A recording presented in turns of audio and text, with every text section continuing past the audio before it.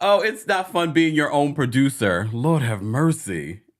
To make sure that everything goes on without a hitch. Guys, welcome back to the Kempire Daily YouTube channel. I'm your boy, The Kempire. We are live. We are live on the Kempire Daily YouTube channel, but we're also live on the Kempire Daily on Facebook. We're live on Twitch and Twitter. Did I say Switch? Twitch and Twitter. And of course, we're live behind the scenes on TikTok. Be sure to follow us on those platforms, guys, at The Kempire on all platforms, because you're getting different experiences, different content. And sometimes I go live on Twitter for our Kempire After Dark. Sometimes I go live on TikTok. I go live on TikTok a lot. Sometimes I go live on, what's the other one? Oh, Instagram. So be sure to follow me there. And you can also check out the latest episode of our podcast, Kempire Radio, on your favorite podcast platforms. And the visual version came out yesterday. So if you missed it, be sure to check that out, along with our recap of the Real Housewives of Potomac. We have to talk a little bit more about Potomac today because more stuff has come out. Oh, which reminds me, I need to send something to myself. See, all the prep. Tuesday Takeover is not an easy show. For those that think that Tuesday Takeover is easy, no, because Tuesday Takeover, it transformed from our 90-Day Fiancé recap to our TLC takeover. Then it turned into, no, we want to talk about some other shows. And we also want to talk about pop culture. So Tuesday Takeover is a mashup of reality TV recaps, reality TV news, and pop culture news. So be sure to check out some of our past episodes, because some of you are asking, how come you don't talk about Family Karma? How come you don't talk about 90-Day Fiancé? You've been missing out because it's on our Tuesday Takeover or our Thirsty Thursday. All right, let me send this thing to myself. Let me send this thing to myself. And I'm going to start today with, of course, we always start off with some good news, but I also want to start off with Below Deck, because I always feel like I leave Below Deck to the end, and I just watched it when I was on my Peloton, so I said, let me do that. Okay, what was I sending to myself? Damn it, what was I going to send to myself, and I can't remember now. And I don't see it here. Oh, wait. I know where I can find it. It's not in my phone. That's what it is. I think it's on here somewhere. All right, I'll find it. Because we have to talk about Karen Huger. We got to talk about Karen Huger. We got to talk about who exactly got Karen Huger on The Real Housewives of Potomac. The tea is spilling over. Because some people want you to think, hey, Charisse, and thanks for being in the live yesterday. Allegedly. We got to talk about that because our friends over at TV Deets are spilling some tea on that. All right. Before we get into anything, as you know, with Tuesday Takeover, we like to talk about some good news before we get into the mess. All right. Before we get into the mess, shout out to our members of the channel. If you'd like to become a member, head on over to TheKempire.com/join. Don't forget, TheKempire.com has been launched, so be sure to check that out. You can also watch the live from TheKempire.com as well if you don't want to be, on these YouTube streets and you want to be watching it on our website, TheKempire.com/watch. And shout out to our mods, aka the King's Guards. We could not do this without them. Shout out to Tina, Vicky, Cheryl Lee watching on Facebook. We see you guys. And shout out to everyone watching on Twitch and Twitter as well. All right. Have we given people enough time to get into the room? Per usual, guys, let me know where you're watching from. I want to know. Shout out to everyone in California. Shout out to because that's like our #1 watch state in the Americas. I thought New York would be. New York, do better. Just playing. Shout out to everyone watching around the world as well. I always love to know where you guys are watching from. So let me know in the live chat. Let me just get my little notes here together because I want to make sure I have this so I can share this with you guys in a little bit. All right, I'll share this with you guys in just a second. I love it when we get a little bit more clarification. All right. Vicky says, love Tuesday and Thursday. Thank you, Vicky. And Vicky's always here on Facebook watching as well. Foxy's watching from Sweden. Okay. I love it. Oh, wait, let me put up my Tuesday Takeover stuff. She's watching from Sweden. Denmark is in the building. Listen to my latest episode of the podcast. I talk all about my trip to Denmark. Seattle's in the building. North Carolina. Huntsville, Alabama. What is going on? I love it. Okay. Okay. I wish I could see everyone, but shout out to everyone watching. Pennsylvania's in the building. Jersey over here. The Bookie Down Bronx. What's going on? Yes, Kristen says smash the like button. Guys, liking the video. Someone just sent me a message yesterday saying that because of you, all these content creators are showing up on my algorithm. Yes. So when you like the video, more content creators, big and small, will start to show up on your algorithm. So thanks for supporting me and other content creators. Okay. So as I said to you before, Tuesday Takeover, we like to start with some good news. Shout out to everyone watching. Connecticut, Minnesota, New York, love it. Kentucky's in the building. Rushing in with my groceries, Kempire, so I didn't miss. Thank you, T-Lady. Wisconsin's in the building. Love it, love it, love it. New York in the house. Okay, New York, we need to get our watch hours back up because I feel like New York should be my number one state watching me, but California is. All right. You're Italian in Romania. What's going on? Charleston, South Carolina. Hey, Kia. Oh, Sydney, Australia. Australia must be on my list. I don't know if I'll get to Australia this year, but I need to go to Australia. Just saying. Hey, Seven. What's going on? Texas is in the building. Upper Marlboro, Maryland's in the building.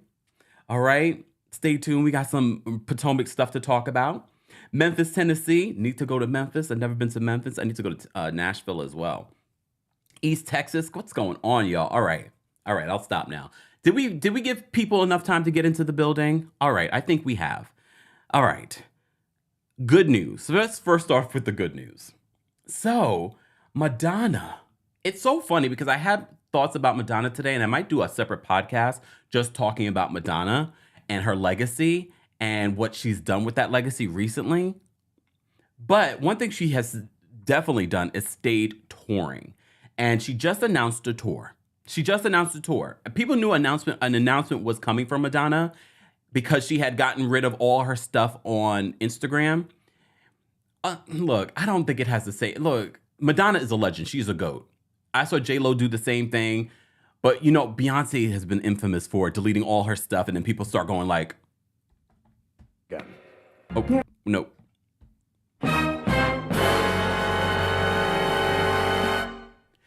Beyonce, the fans are mad at you right now. I meant to talk about this a few weeks ago, but the fans are mad at Beyonce because Beyonce has not released volume 2 and 3 to the Renaissance. They're waiting on the visuals. They're like, where are these visuals, Beyonce? Okay, this is not about Beyonce. Madonna has announced the Celebration Tour. She is going to be revisiting her 4 decades of music. Sidebar, I didn't even realize one of those TikTok viral songs is Madonna. It's not one of her old ones, it's a new song. And I was like, okay, Madonna's still influencing the children. I just wish Madonna stopped messing with her face. To be honest, look, your choice, your body. But I just wish she would stop, because Madonna was always known to being she didn't care what people thought of her. You know what I mean? Including who she was sleeping with, what she did in her bedroom. She didn't care. So to see her years later really kind of care about looking youthful and things like that, I was just like, that's not the Madonna that we know and love. Come on, Madonna. But homegirl's still going viral on TikTok. She's still, getting people excited about her touring. How old is Madonna now? You guys remind me in the chat. Madonna's up there and she's still touring and doing all the things. Good for Madonna, though. So she announced this world tour that she will be doing. I don't know if it's a world tour. I'm assuming it's a world tour because she's Madonna. I'm excited for this. Will I be going? I went to a Madonna tour before. It was good. I mean, she didn't have an opening act, and we were there like 7:30 or something like that, thinking that it was going to be an opening act. And it was supposed to start at 8. She didn't come out till like 9 something.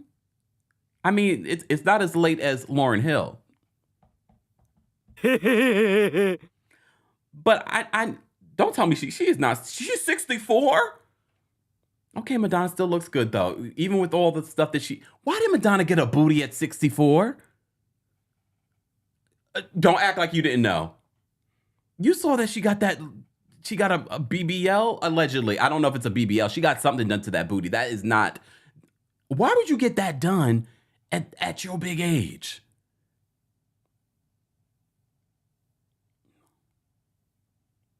Okay, I've gone on a tangent. Madonna is a legend. Madonna has all the hits. I'm excited to see Madonna go on tour. She has announced 4 decades of music that she will be celebrating on this tour. Congratulations, Madonna. You are the GOAT.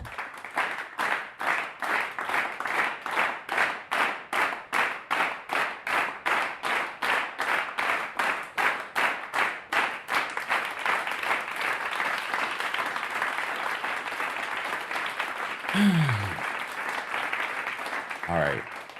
So yesterday we celebrated the birthday and memory and legacy of Dr. Martin Luther King Jr. here on the channel.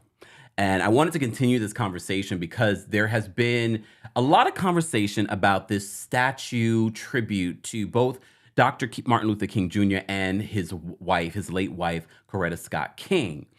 And there are a lot of, and I told you yesterday, I didn't like these conversations because art is how you interpret it. And I know some of you have interpreted it in this weird way, but it's supposed to be a celebration. And I feel bad for the artist. I feel bad for the artist because a lot of you have really, this is the way the art is supposed to be viewed. A lot of people have viewed it in all kinds of other ways. It's based off of this image. Hold on, let me show you the image. It's based off of this image. Okay, this is in Boston, this sculpture. And I just want to kind of give you a little bit, yesterday we talked a little bit about it, but I wanted you to hear it from the artist's own words in regards to this tribute, okay? So just a few years ago, this is from our friends over at NBC News. They said just a few years ago, the conceptual artist Hank Willis Thomas had no idea he would be instrumental in commemorating the lives of Martin Luther King Jr. and Coretta Scott King. But when his application was selected out of 125 artists and architects to design a new monument in Boston dedicated to the civil rights icons, he was shocked. He says, "When I submitted the proposal, I didn't even think that we really had a chance," Thomas, 46, told NBC News. "By the time it was approved, I guess I just been on an autopilot like, okay, how do I not get in the way of history? It really has been my mission over the past several years." So aiming to both inspire visitors and honor the King's legacy, Thomas' work was revealed this past Friday at Boston Common, America's oldest city park in downtown Boston. The bronze sculpture, which is 20 feet long and 26 feet wide, entitled "The Embrace," depicts the arms, shoulders, and hands of the kings hugging after Martin received the Nobel Peace Prize in 1946. The moment immortalized in a famous photo, as I showed you guys before. All right. So, as you know, there have been a lot of reaction and interpretations of what this particular statue looks like. Okay.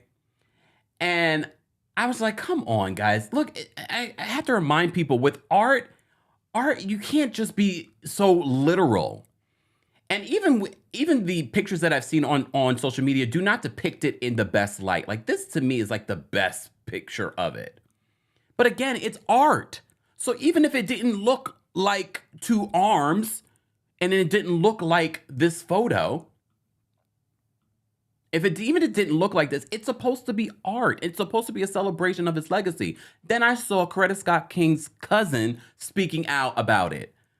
And I was like, no, it's art. Can we just celebrate Dr. King's legacy and what the intention was behind what the artist was doing here? The artist wasn't intending to offend. The artist wasn't intending to sexualize this situation, because some of you have been doing that on social media too. Look, I think it's beautiful. Anyways, congratulations to the artist Hank Willis Thomas. Congratulations. Because no matter how people feel about it, that sucker's there and it's going to be there. Okay? Just saying. All right. All right. I wanted to talk about it. I wanted to continue to talk about the amazing legacy of Dr. Martin Luther King Jr. As I said to you before, You probably saw all kinds of quotes and pictures of Dr. King, but I've said it yesterday and I'm going to say it again. His legacy is so much bigger than just the civil rights movement. It continues to inspire and permeate cultures around the world. So thank you to Dr. Martin Luther King Jr. and his wife, Coretta Scott King. All right. Trailer Park Art says, thank you so much. I'm an artist as my side job, and it bothers me so badly when people are art snobs and don't know a damn thing about art. Just saying, look. And like I said, okay, everyone has a different interpretation. I just didn't love some of the things that I was seeing on social media. So I wanted to talk a little bit more about it, and I wanted to give you what the artists said about this process and, you know, what it meant to them. So, yeah. All right, so we're going to move on from that, guys. If you're just joining us, this is our Tuesday Takeover. And as I said to you before, this is where we talk about reality TV news, and pop culture news. But since we're talking about good news, can we talk about Nene Leakes?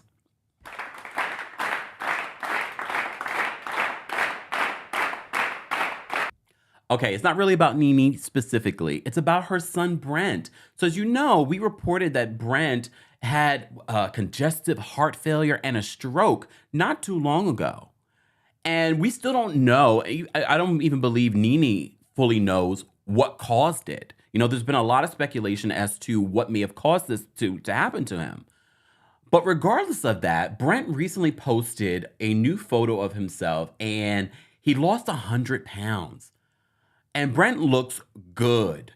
Look at Brent. Brent looks good. I could actually move this up a little bit so you can see more of it. Look at Brent. Brent looks good.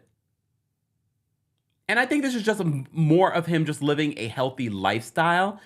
Because as I said to you before, you know, a lot of people were speculating, was it because of his weight or whatever? Nene says, the doctor said it wasn't that. But I'm sure now he's sort of like, okay, I had this situation happen to me. I need to make sure that I'm living my best life, my best health. And I said this to you before in regards to the new year, in our coverage of a lot of celebrities, it was all health related. So no matter how much fame you have, money you have, that's not going to protect your health.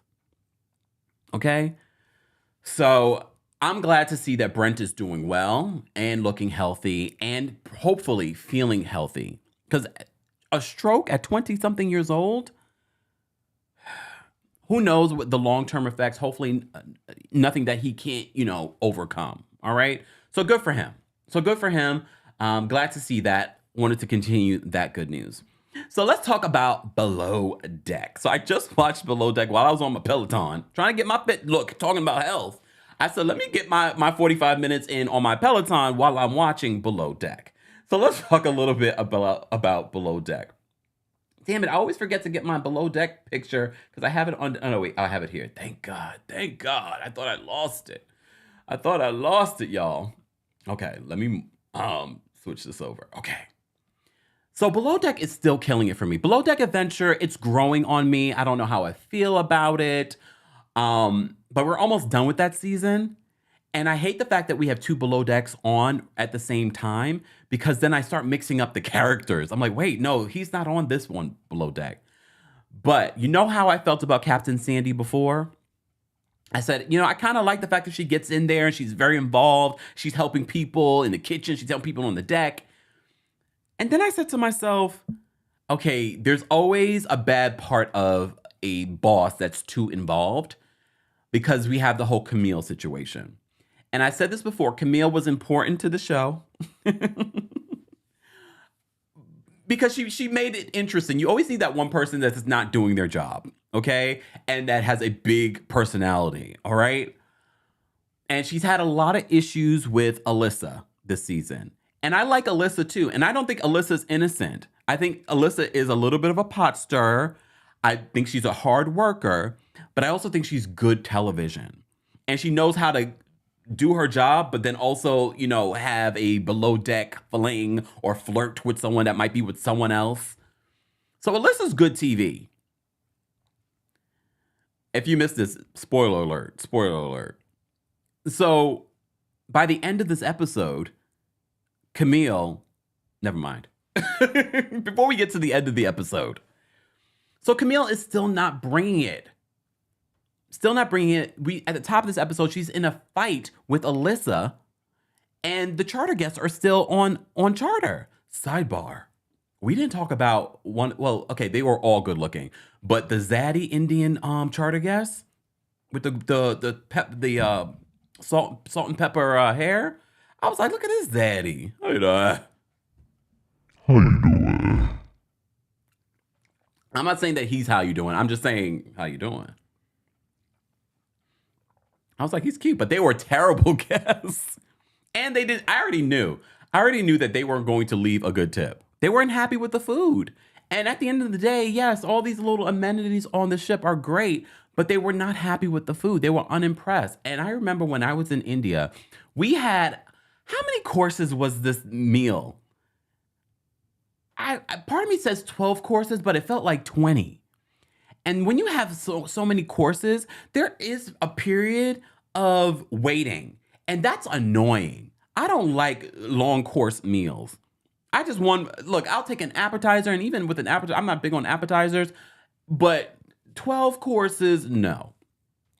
So they're like tasting the food. They don't love the food. They're hearing a fight happen between Alyssa and Camille. Captain Sandy goes up to break it up. But here's the thing, where I'm back to Captain Sandy.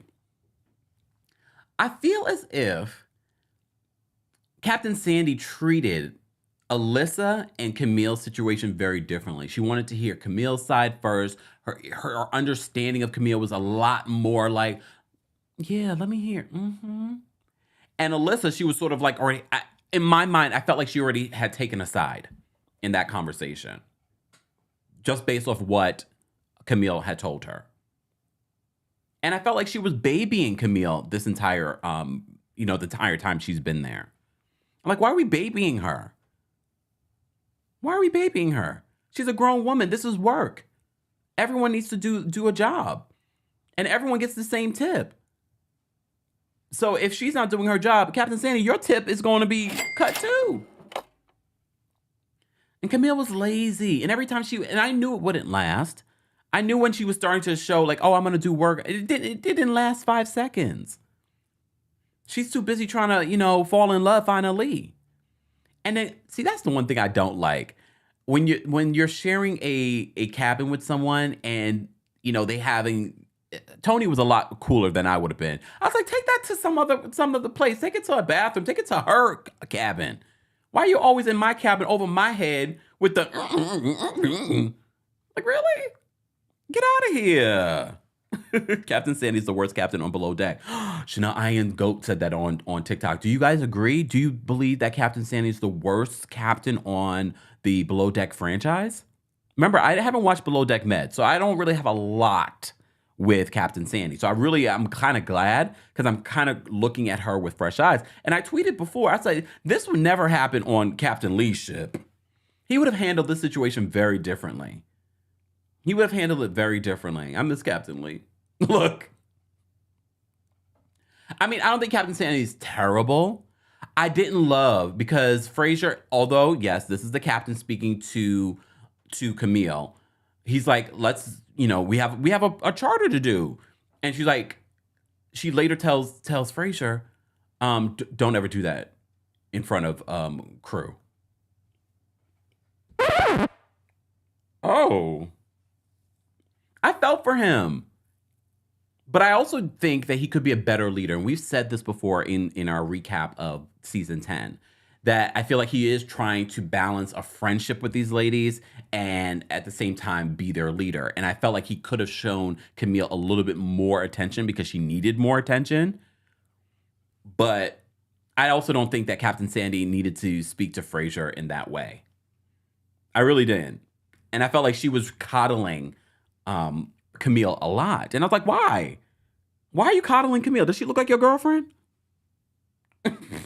I mean, some people have unconscious biases and they don't realize it. I mean, as a society, some people will have unconscious bias to good-looking people. I've seen it. Just saying.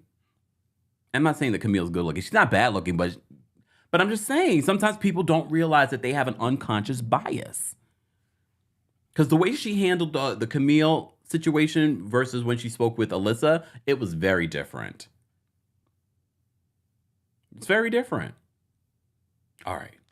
Let me take a sip. Guys, if you're just joining us, this is our Tuesday Takeover. Be sure to like the video. It's an easy and free way of supporting not just my channel, but other people's channel as well. Back to Below Deck. I'm sorry. I just want to get back into it. Who's that girl? Oh, Katie. Oh, Katie. Woo, woo, woo. Look, we don't need everyone to have a big personality, but sometimes I forget that Katie's there. And she's in love with Ross. And Ross, when he gets drunk, he's flirting with everyone. Girl, you are on Below Deck. Girl, you are on a charter. You're not going to see this man after this. So I don't understand why you are so like, oh, I'm finally. Do you not know about his history when it comes to sex and things like that? He likes to be sexually free. You can't hold someone down that likes to be sexually free. I wish you luck with that. Mind you, she says that she has a history of a guy that she dated. He was chronically cheating on her. I was like, oof, I wish you luck, girl. This is a bad, bad situation. And Camille was flirting with him. Not Camille. No, Camille was flirting with him at one point. But Alyssa was flirting with him in this episode. So by the end of this episode, Fraser's still on the fence. He's like, I'll give her Camille another opportunity, but he's like, he has to make a decision. And at the end of the day, they're like, Haley and Alyssa are like, we could do this without her. I like Haley. Unlike Katie, Haley does have personality. She's not in everyone's mess. She's not fighting with everyone, but she's fun. She's funny. She is a hard worker. I like her. I would love to see Haley come back. But she also feels like she's in the middle. You know, she's in the middle of between Alyssa and Camille's issues. Well, spoiler alert, Camille is let go by the end of this charter. Fraser makes the final decision because they're all working and scrubbing down this yacht, and she's been drinking this entire time. And he's like, what are you doing? And that was the final straw for Fraser. I don't blame him. Bye, girl. Bye.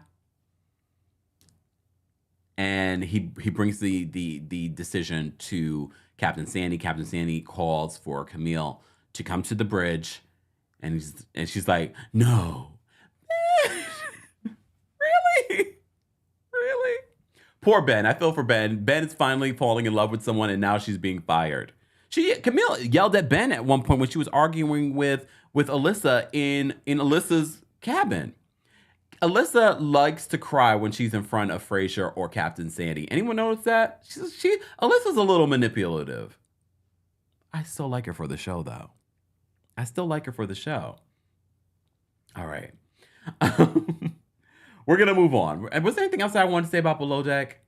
Bring back Captain Lee. Maybe next season. Captain Lee's not gone forever. He's just working on his health right now. Damn. Exactly. Rhonda says Camille had an excuse for everything. Everything. We don't need that. We don't need that in our reality TV life. We needed it at the beginning of the season, but we're about to wrap up the season. So it's sort of like, okay. And I don't think the issues will be done. I think the issues will probably now be focused on like Katie and her relationship stuff. I won't be surprised if Alyssa and Ross hook up. I wouldn't be surprised. And then Katie's going to have a whole situation. All right. Alyssa is definitely going to stir the pot, though. Don't think it's done or over for Alyssa stirring the pot this season. We shall see.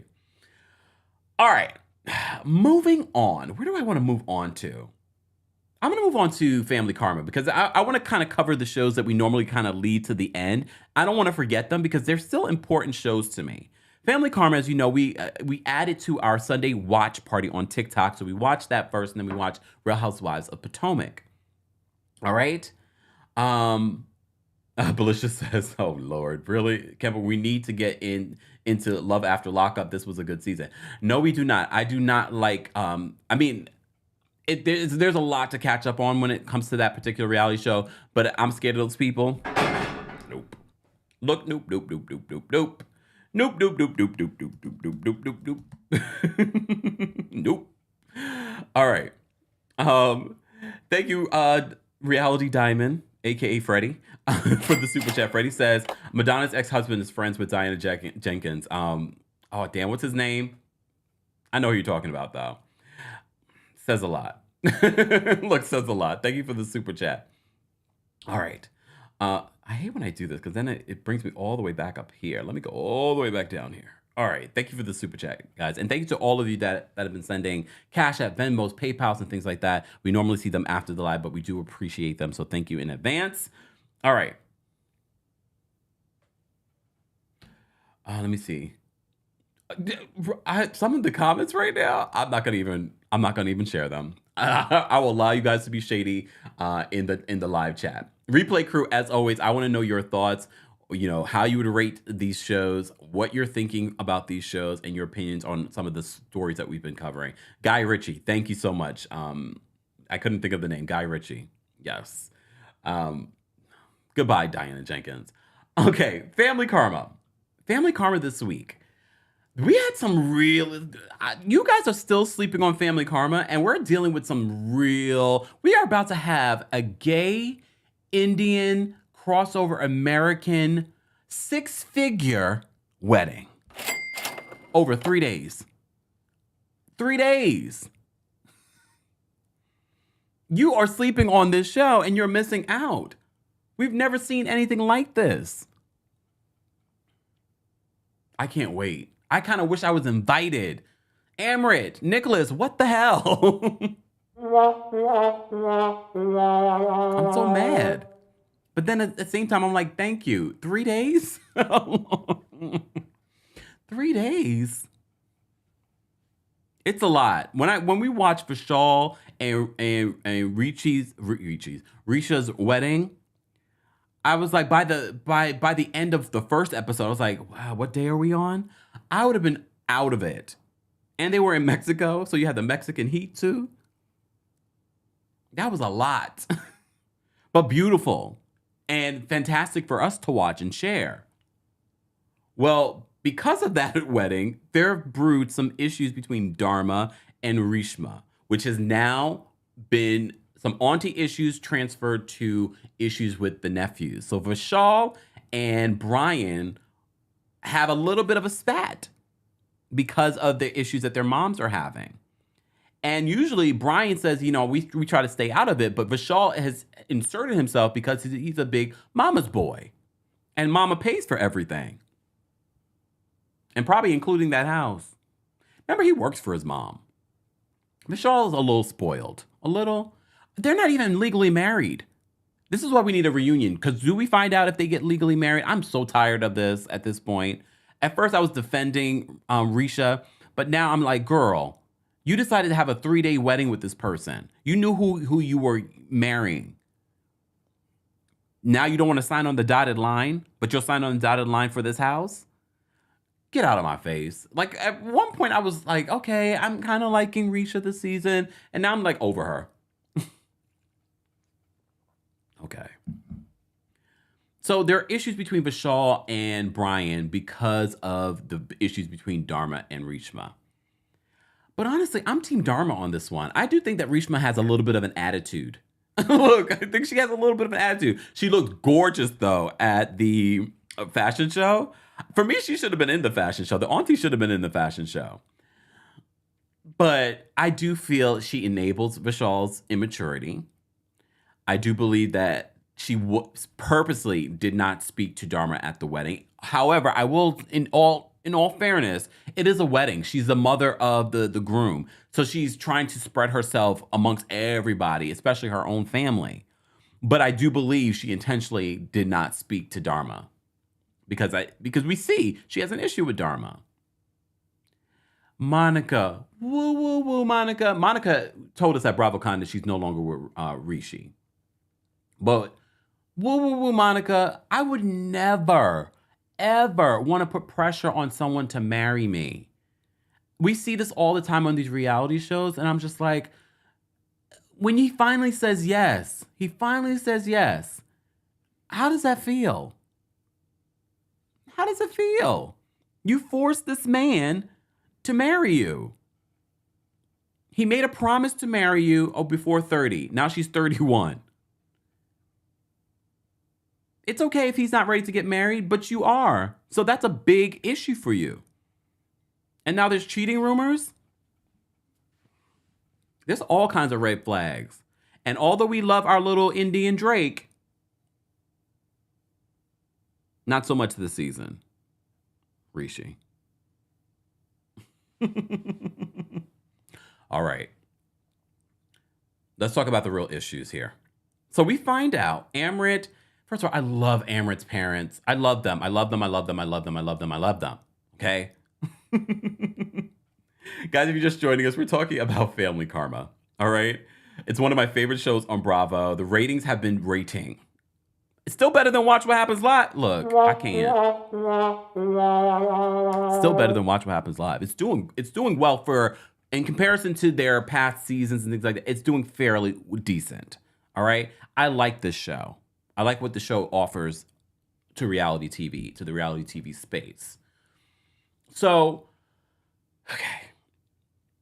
Amrit and Nicholas are planning their wedding. We find out that it's a 6-figure wedding and the budget keeps growing. They're having it in Atlanta, Georgia because it's a good in-between for Nicholas's family and for Amrit's family. And a lot of you said the space that they had the wedding at is really nice. Okay. So we get to see a little bit of the space. We find out it's a 3-day wedding. Because at first I thought they were going to really scale it back. Because remember, Amrit said they're not going to have such a big wedding like they did for Vishal. But apparently they are. Because it's a 3-day wedding. It's 6 figures they're spending.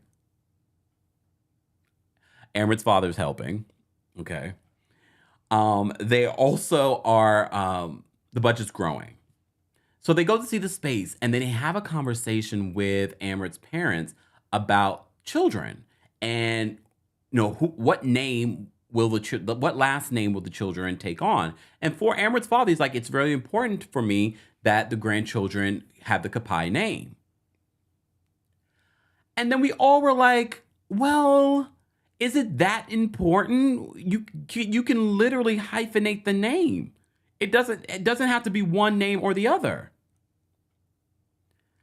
And it really is an issue for Nicholas. Nicholas is like, I mean, I still love my family. My family doesn't accept me, but I still love my family.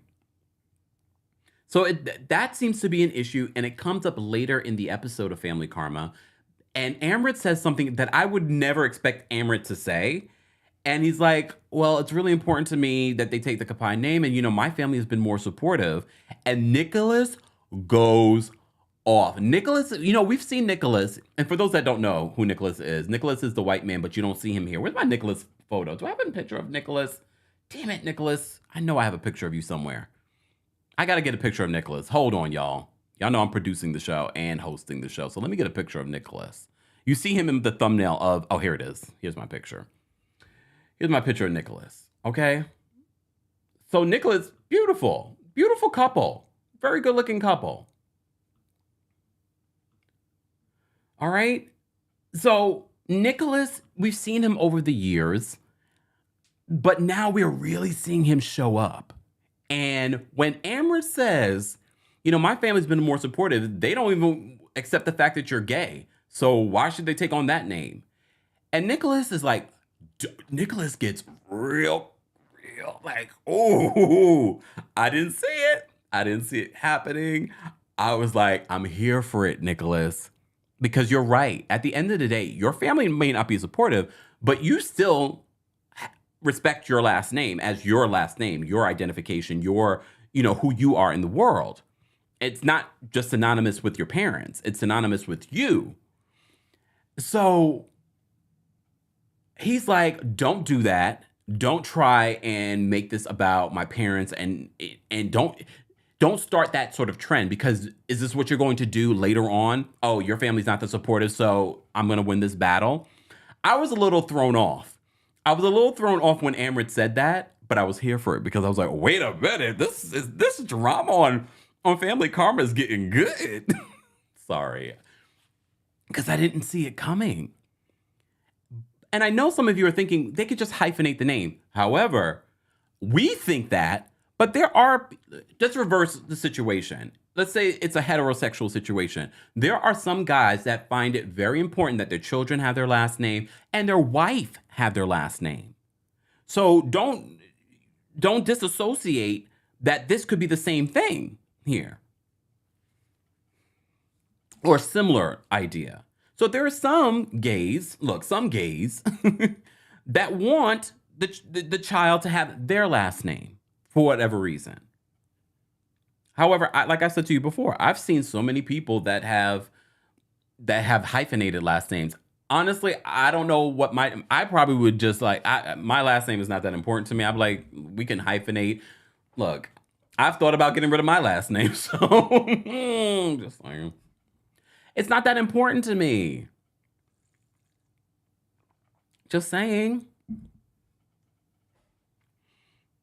But then that means I wouldn't be having children. I don't know if I'm having children like that. Come on.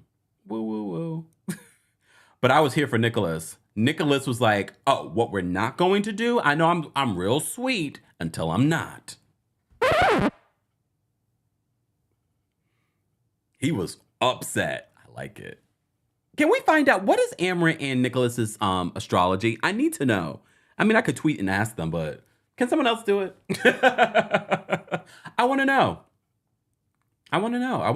It will give me a better idea of their personalities. Hilarious. But it was good. It was good for us. It was entertaining for us. Sorry, Amaret and Nicholas.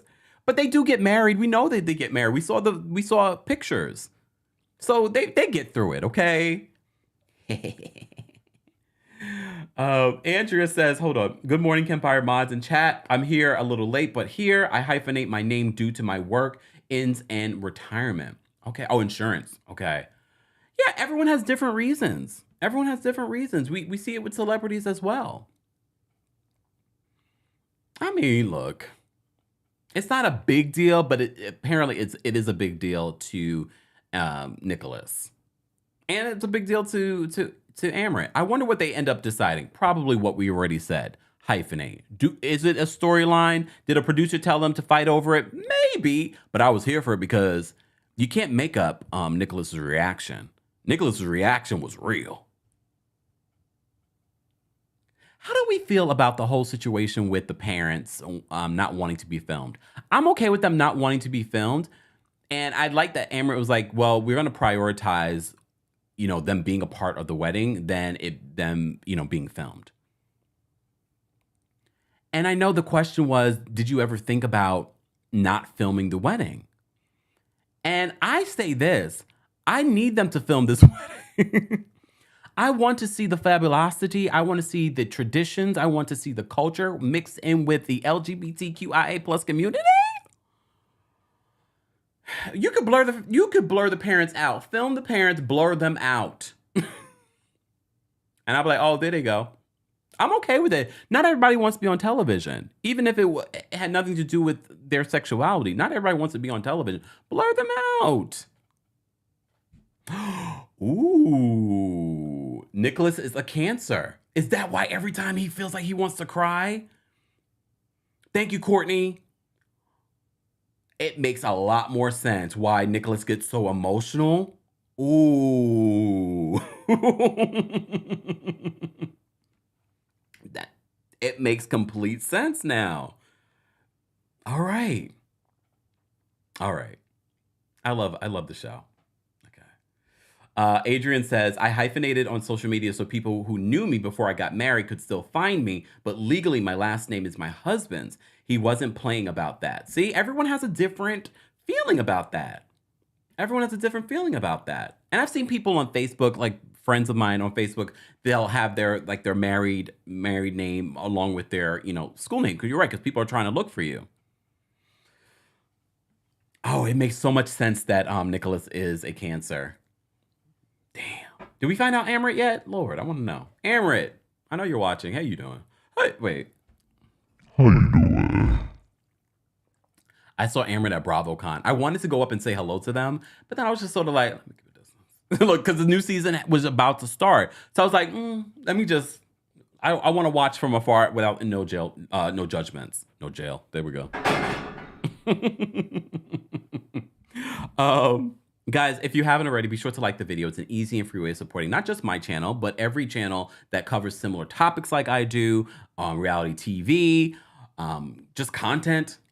We have over 1,000 people on YouTube alone, quite a few people watching on TikTok, quite a few people watching on Twitch, Twitter, and Facebook. We appreciate you all being here for our Tuesday takeover. We have a lot more to talk about. What? Wait a second. Ishi says Cancer is to Taurus what Lisa Rinna is to social media. Really? I'm friendly with a lot of Cancers. So I don't know if that's true. I got to think about that though. All right. The Heather says you better say hey to them the next at BravoCon. We'll see. look, we'll see. If I saw Bali, I probably would have said hello to Bali. No offense to the guys. They're quite tall in person. Amrit and Bashal. But I didn't see Bali. But Amrit and Bashal have their, the little skivvies thing. With the skivvies thing, the underwear line or something like that, or the swimwear line. So they were out there in the bazaar selling their wares. Okay. Justin says, Tauruses don't do unnecessary tears well. That is such a statement. And it's so true. It's so true. It's true. Just saying. Remember that. Okay, guys. All right. Let's focus. Let's move on because there is still more to talk about. Where are my notes? Because I don't want to forget anything today. All right, let's get into some news. Oh, woo. Oh, where's my girl? Where is it? Oh, Shannon. I've been meaning to cover this story. I completely forgot last week to cover this story, so I briefly want to talk about it. Shannon Beador. As you know, they just recently finished filming the new season of The Real Housewives of Orange County. Shannon grew on me. I didn't want, that's the only city of this franchise that I never really got into, but I got into it because you all wanted me to talk about it. So I've been talking about it. And as you know, Tamara Judge is coming back next season, and we shall see. All right. Sidebar, Heather Dubrow talking about Lisa Rinna. Heather. Anyways. She had called her an icon and legendary and okay. All right. But woo, Shannon. Shannon was on, Sirius XM with that man. I can't remember his name. You guys will remember. It doesn't matter. Oh, wait, hold on. I got to save this. So I can get back to this. Because you guys are talking all about the star signs. And I love the star sign conversation. Hold on. Let me save this. I'll talk about it in a second. All right. Heather Dubrow's leftover sushi's in the building. Speaking of Heather. So Shannon revealed to Jeff Lewis, thank you, Justin, revealed to Jeff Lewis that she was blindsided when John Jansen broke up with her right after they just stopped filming. Thank you, Sister on the Move. And if you followed the Real Housewives of Orange County, you already know how her husband did her dirty. Even I know that. Woo. Look, woo. She's been dating the man for 3.5 years? I mean, we saw a side to him last season that I was just kind of like...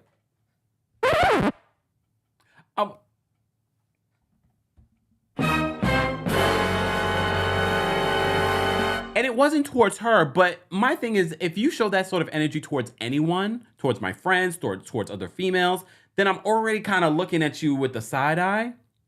Remember when he got real angry? I was like, oh. And now I'm wondering, did he stay on to do the show with her this last season to at least give her a storyline? Or did he do it to be on television? I mean, it could be either one. But she says that she was blindsided. These are her words. She was blindsided when he decided to break up with her. Well, Shannon, at least you have, next season to talk about how he broke your heart. Damn.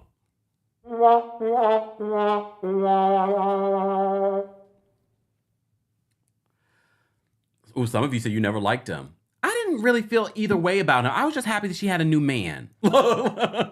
Sorry, Shannon. I mean, I've heard mixed things about Shannon. You know, what we see of Shannon on the show makes me like her, but I've heard things about offline about her that makes me kind of go, like, will the real Shannon stand up? Just asking. All right. But I felt for her because you know how bad that her ex-husband did her.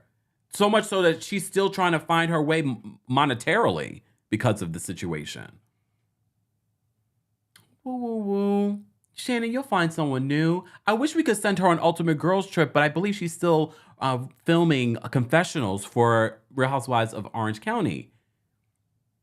As you know, season 4 of the Real Housewives Ultimate Girls Trip is about to be underway. Brandi Glanville is already taking shots at Alex McCord on social media. Yeah. Brandi, you are so desperate. And I said this before. Look, I keep bringing up BravoCon because it really gives you a lot of insight to some of these folks. And sidebar, what I gathered from Brandi, from meeting her briefly backstage, girl is desperate to be back on Bravo. When we talk about thirsty, she doesn't show the thirst on, well, she kind of does, but she's thirsty. Like she wants the job for the paycheck, I'm sure. I mean, even at one point, she had her son begging Andy to bring her back. But her coming at Alex McCord, come on. And then she was like, I'm the only one going on this trip without a boo. You act as if the boos are going. Brandi, the boos aren't. It's a girls' trip. In Marrakesh. Go find yourself a Moroccan. Ooh, that sounds amazing. You know what I was thinking to myself the other day? I forgot what I was watching. Oh, I was watching The Best Man, the final chapters, which we're going to talk about briefly in a second. I was watching that and I was like, you know what? There's something amazing about having a little bit of a love affair when you're away. It happened to me one other time. I'm trying to think, has it happened to me any other time? Because it happened to me when I was in Paris. But I'm wondering, no, I think it's happened to me before. I just can't think of the person. I'm just saying, there's something sexy about you're going away. You're only there for about a week or 2 weeks, and you have this massive love affair. You fall in love, and then you're like, I gotta go.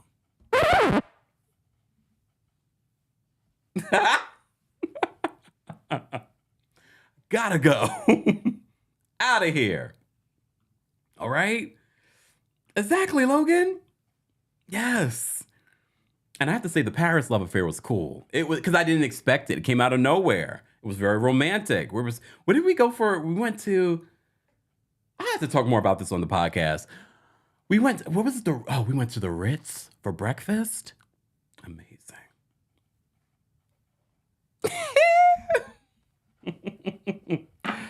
Oh, all right. Okay. Someone just said Italian. Okay. I would love to go to Italy and have a love affair, but it's too soon after watching White Lotus 2, season 2.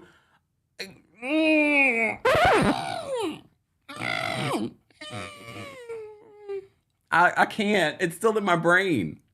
I watched it twice, season 2. I can't fall in love. The gays. I think the gays are trying to kill me.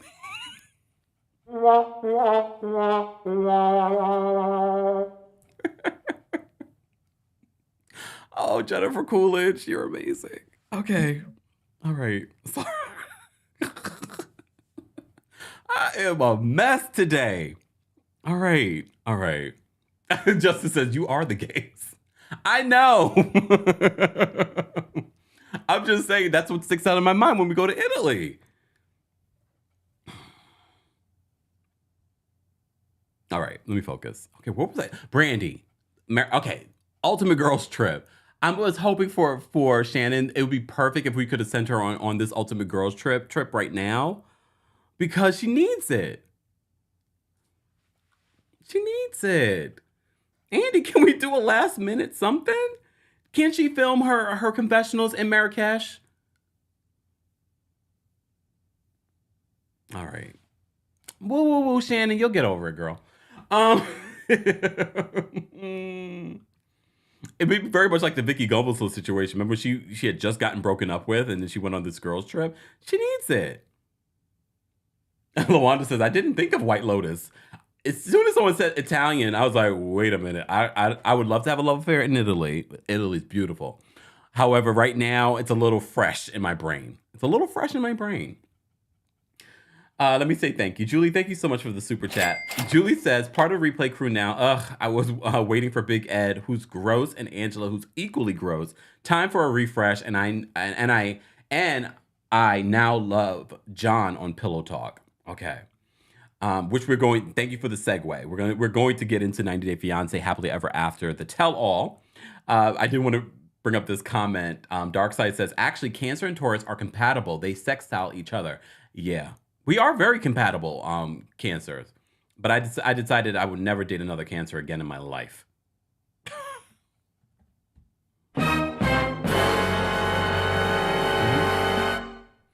Allison, thank you so much for the super chat. Allison says, where is this girls trip streaming? They took this also from Canada. Allison. Girls trip will be on Peacock first, but they will eventually air it on Bravo. Eventually. They did announce yesterday, though, that Miami was coming to Slice. Yay. Look, yay. Wintertime, got it. Chaplets. Okay. 90 Day Fiancé. Let's talk about it. So, originally I said I was excited about this tell-all, even though I didn't love the season. I was excited about this tell-all because they said they were going to do something a little different. All right. And I was like, okay, they're going to do something different. However, I forgot that half of these people were boring during the season. So even if they brought them and we were seeing 24 hours with them, I'm not interested. And this episode, we finally get to see Jenny's storyline. So Jenny and Submit and their storyline plays out. The father does actually says, I accept them.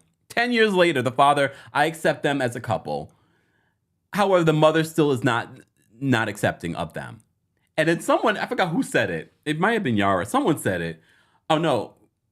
Or maybe it was Liz. Someone said it doesn't. I find it so interesting that all of these couples love to chime in on everyone else's situation. And I'm like, you have no right to talk. I'm not taking advice from you. You're over there with that man, and you're over there with that woman. I'm not taking advice from you. Angela, you're giving me advice? Girl, mind your situation. I'm not taking advice from these people. But that's the part of the charm of the tell-all, is these folks that are in terrible relationships weighing in on other people's terrible relationships. So Big Ed is still trash. 90 Day producers, 90 Day fans, can we start the petition again to remove Big Ed? Why are we still talking about Big Ed and his American woman that he's dating, who's just as equally as less than smart than he is? And him weighing in on everyone's relationship? Mind your business and be quiet. Look, and a lot of these situations are so obviously scripted and overproduced that it's gotten so tired to watch. Because I never used to feel that Angela and Michael were incredibly scripted. This season, they are incredibly scripted, incredibly overproduced. But we know why. Angela wants she wants to keep that TLC check. And so does Michael. Michael's never coming to the United States. Ever. And they confirmed that this season, because he's talking to some other woman and claiming, wait till I get to the States, I'll deal with Angela. He already rapped. That was a rap. They were like, denied again. So Michael's not coming here. Michael is not a good actor either. And it's at the end of this episode, as soon as she's like, oh, you and Usman are in the same hotel, you can't hang out with him. And in reality, look, let's pretend like this whole situation is real. In a real situation, girl, you can't control this man that lives on a whole other continent. You can't control him from going on Instagram. You can't control him from cheating on you. And you cannot control him from going to talk to husband who's right across the way. And Sean, I love you. I think you're an amazing journalist, but you are a terrible 90 Day Fiancé host because you cannot reel these people in. You can't. And I think we need someone that can. But I think this is her only job now, right? I don't think she's on one of those pop culture news platforms anymore. Why isn't she? She still has it. Sean, I love you though. I'm just saying. I need someone to reel these people in. But this is not what the producers want. The producers want these people to be unhinged. Big Ed, go. Liz, go get some self-esteem and some therapy. Yara and Jovi, I don't care. Libby and Andre definitely don't care. Who else is there? Jenny and Submit. I'm tired of them. Look, you guys have been together 10 years. The mother hasn't accepted you. You're going to wait another 10 years before she accepts you? She's not. Close the door. And he's not looking to come here on the K1 visa, so they're not going to do it. But they miss each other. Woo, woo, woo. You'll see him in a couple of days. Girl. But she gets into it with Big Ed next week, Jenny. So we see that side of Jenny that we've seen her get with Submit. I believe in Jenny and Submit's relationship. I believe in their love. I think they're elongating their story so that they can make money from being on the show. They make the money that they make from the show. It's not a lot here in the States, depending on where you live in the States, but it goes a long way in India. But I'm tired of them. Why are we recycling these same couples? I wasn't as tired of Jenny and Submit as I was of Angela and Michael, or Libby and Andre, or Yara and Jovi.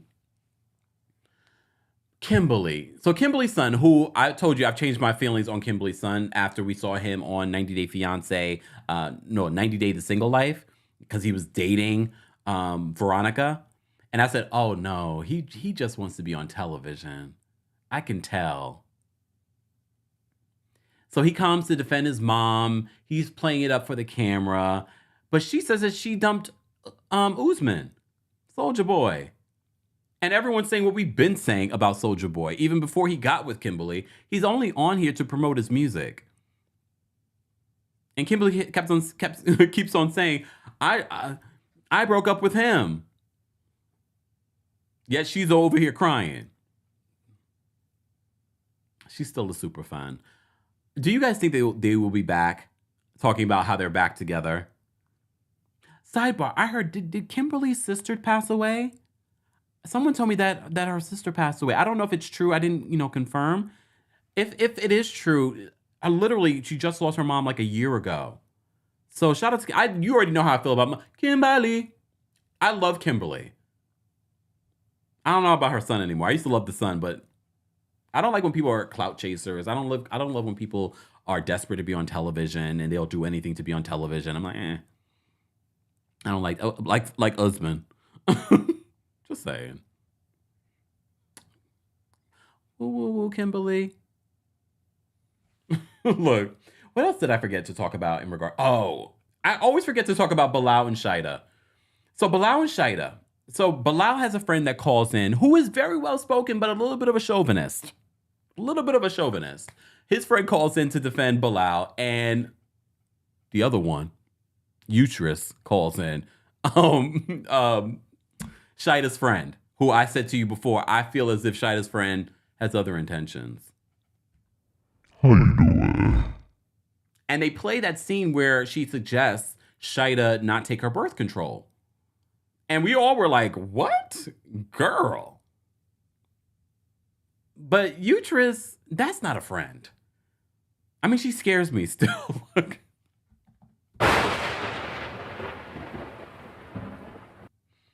She doesn't scare you guys.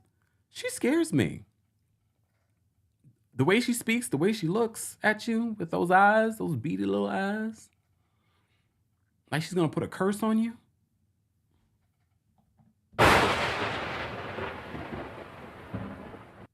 Just saying. Look, just saying. And although I didn't agree with Bilal's friend, I also didn't agree with Uterus either. But by the end of their segment, Bilal caves and says, I have a surprise. He brings her out to the middle of the floor and gets on one knee and brings out a onesie. He's ready to have a baby. But before they even got there, they were talking about how she wants to get a bank account with him and he doesn't want to do it. And everyone's like, get a bank account with her. We do it and blah, blah, blah. I don't care. I didn't care about Bilal and Cheyenne coming back. When they said they were coming back, I was like, why? So that we can continue to play out the same tired storyline. She wants to have a baby. He doesn't want to have a baby. He likes to play tricks. I was over Bilal after he brought her to his old trap house. I was...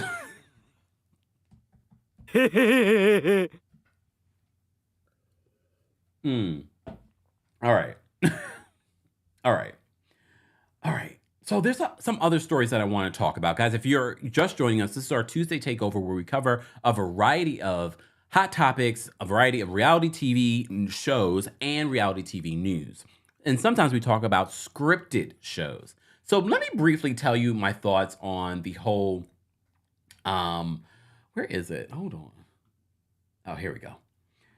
The Best Man Chronicles. Look, The Best Man Chronicles. Well, no, The Best Man, the final chapters.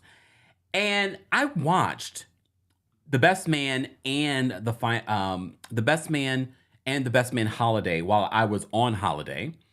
And I waited until this week to start watching The Best Man, the final chapters. And it broke all kinds of records for Peacock. They're not paying me, but they should.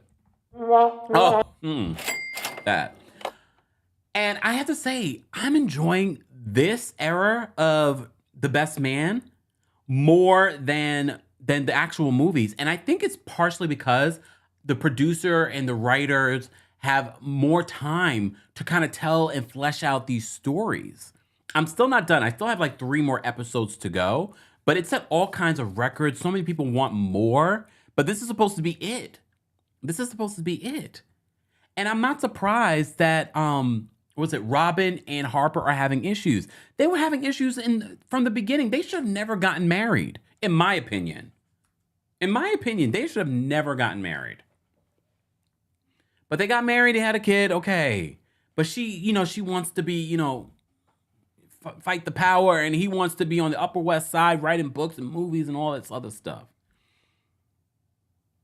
Lance, his son, non-binary. Okay, let's talk. Is LJ the person that's playing LJ, Lance's child, I'll say, because now they have come out as non-binary. Are they really a part of the LGBTQIA plus community? Because the way that mother father was voguing, I was like, you have never been to I've never been to a ball, but I can still do this better than, what is he doing? He was like, or they were like, look, excuse me.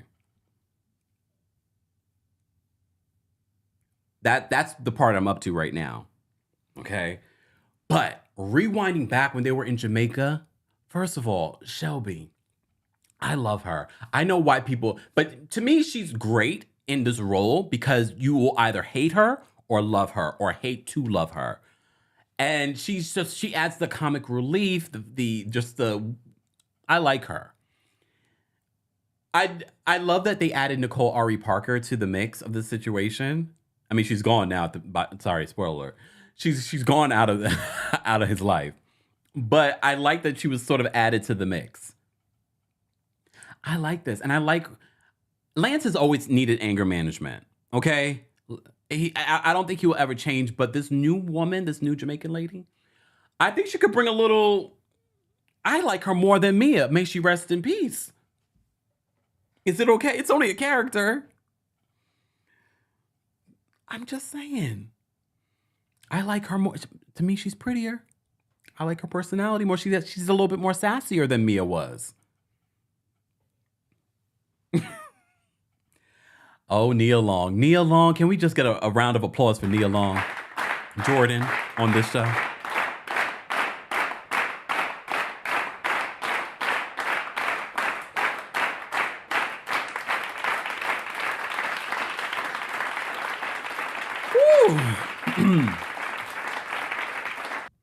I'm happy for Nia Long. She has this hit show. She has multiple movies coming out. She has another movie on Netflix coming out with Eddie Murphy that looks really, really good. If you know, we've been covering the whole Nia situation in her real life with Izzy Udaka. Oh, here we go. KSPN. Here we go.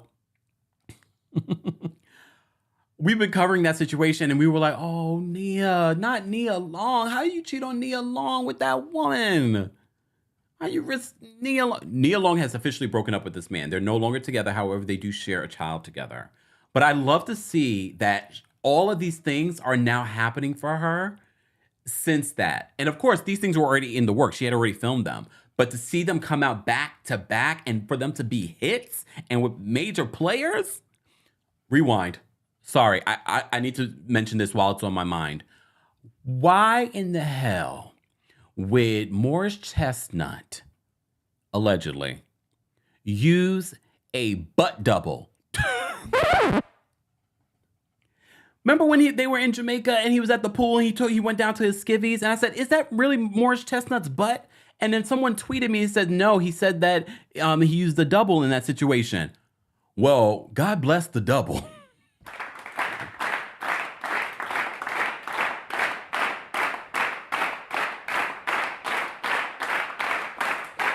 Look, I'm drooling.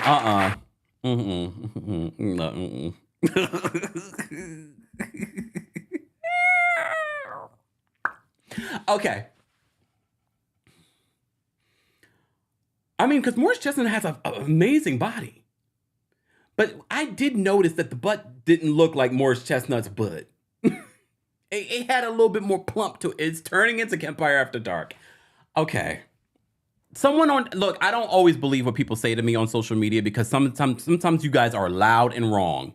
Sorry. Sometimes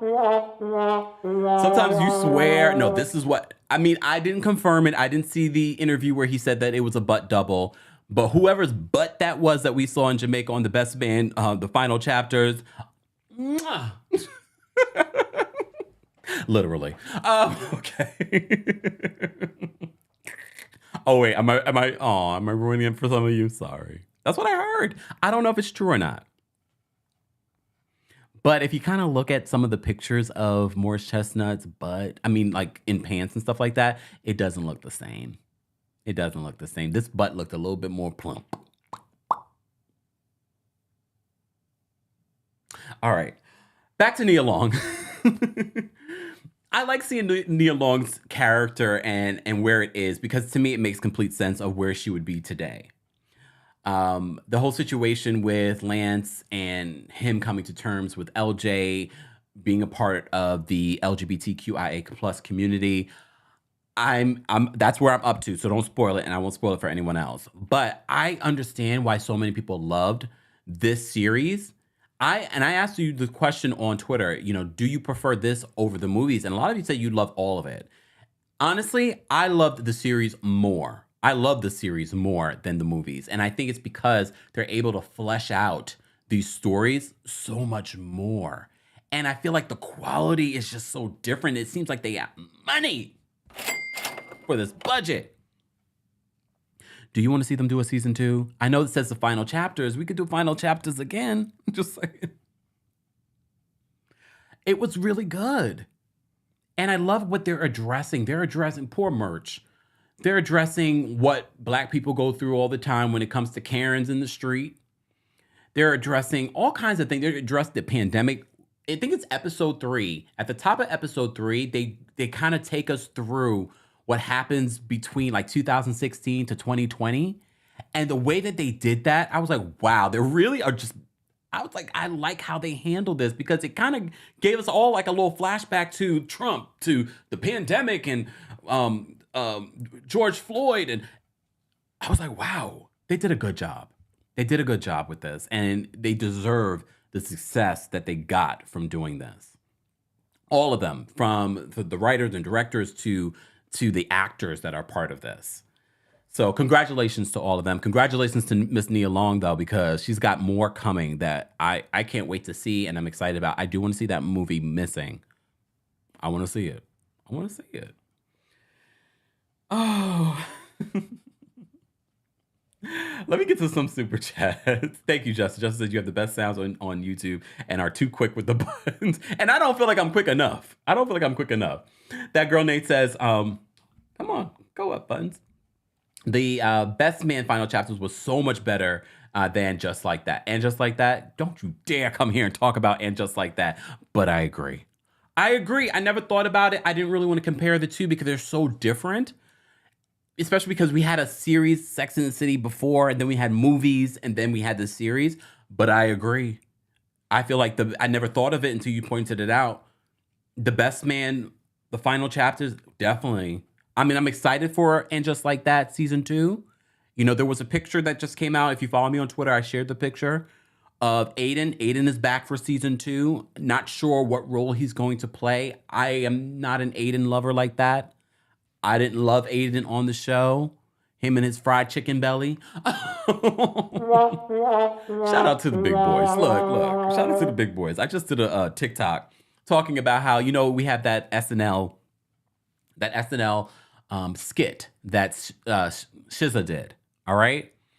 And everyone was like, this needs to be a real song. But, you know, it's a parody. And it's like, you know, heavyset men. Look. Heavyset men dancing in the video, but all of these TikTokers have turned it into, oh, if you're tall or you're muscular. No, this is about heavyset men with a little fluff or a lot of fluff. That's what the song is about. It's not about you. Stop trying to make it about you. It's cuffing season. Sorry. I need a big boy. Oh, goodness. All right.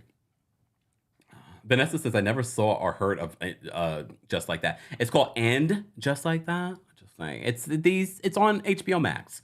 It's the Sex and the City I don't know what to call it. Spinoff. There we go. Julie, thank you so much for the super chat. Julie says, I'm back for a few minutes, but Sumit dodged a bullet with dad accepting Jenny. I don't know if he really did. I mean, he says he accepts Jenny, but she's still not invited to any of the family stuff. That Sumit's ticket to staying in India. So overproduced. Sean, please go. Oh, Sean. Damn, what did I start? Thank you to Live Well LA. Love the picture, Live Well LA. She says, Shannon seems exhausting as a friend and partner. Oh, Shannon.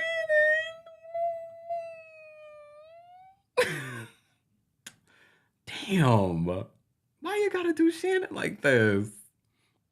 I mean, I kind of agree. D says, oh my MG, Ed is gross and Angela is so crude. We didn't even talk. We talked a little bit about Angela from 90 Day Fiancé, Happily Ever After, to Tell All. I'm tired of Angela screaming. I'm tired of her overproduced situations with Michael. Bye, girl. All right, let's move on. So, Andy Cohen. No, we won't go to. I'll briefly say this. So Andy took to his social media. If you follow me on TikTok, if you follow me on other platforms, then I posted the video of Andy explaining.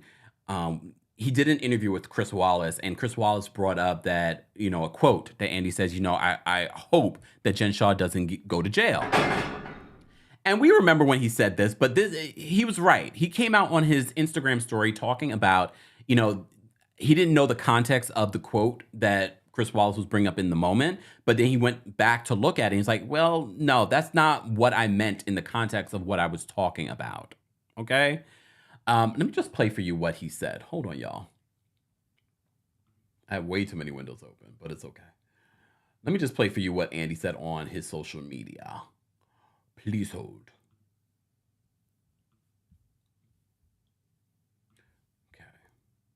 I got cut off there. Anyway, Get the book if you so desire. One more thing.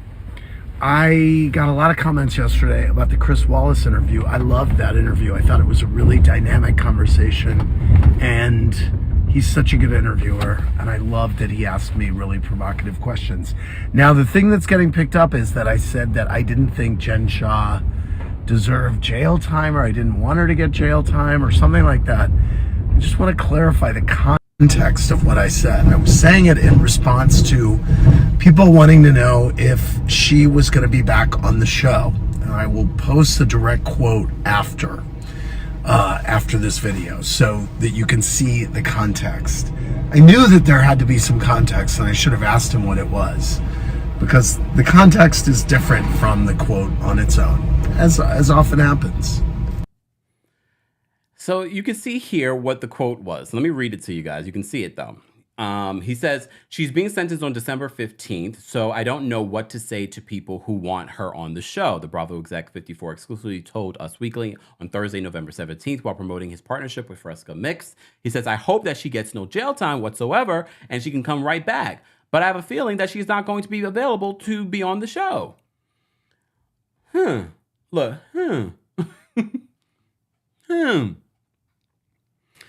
And look, in all fairness, because you know, Andy and I slam Andy when I want to. And I have to say, in all fairness, I remember this quote. There was some context, but let's fast forward.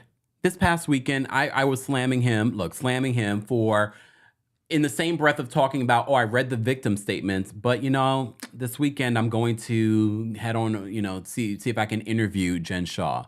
Jen Shah posted a glam photo of herself about see you soon, alluding that this interview was happening with Andy Cohen. It probably will coincide it with the failing Real Housewives of Salt Lake City reunion that will be coming, I think, January 25th.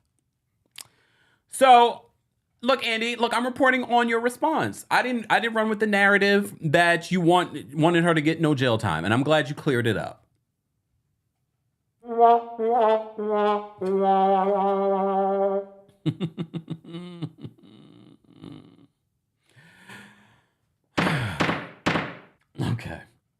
All right. Let me play something for you guys.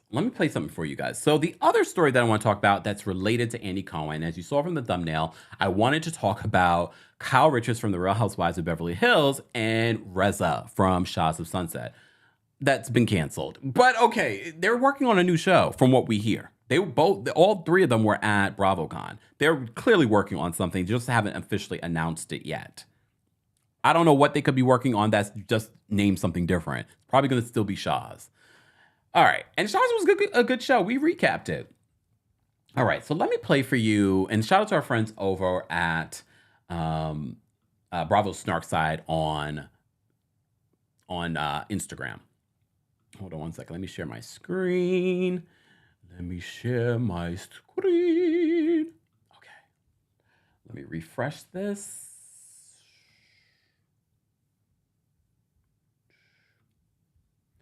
All right.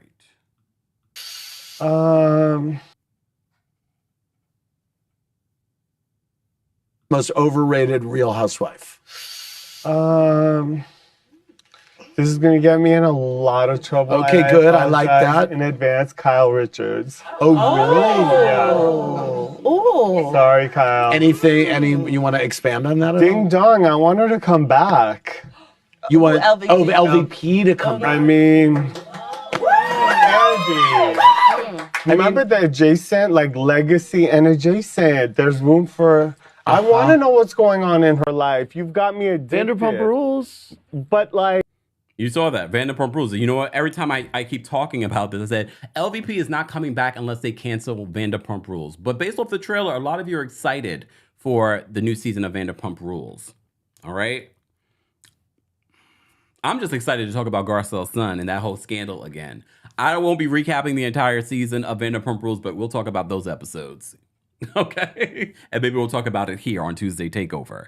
Guys, we have wait, hold on. How many people we got in the building? We have almost 1,200 people on YouTube alone. We have quite a few people watching on TikTok, quite a few people watching on Facebook, Twitch, and Twitter. Guys, don't forget at TheKempire.com, you can find more information on our merchandise. You can find out more information on how you can watch our live show there on YouTube. You can also get more information about our podcast, Kempire Radio. Head on over to TheKempire.com, newly launched website, and show us some support and love, okay?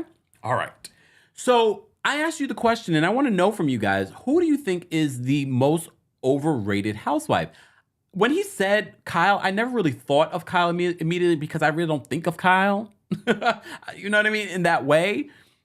And in any way, shape, or form, you know, overrated, underrated, I wasn't thinking of her.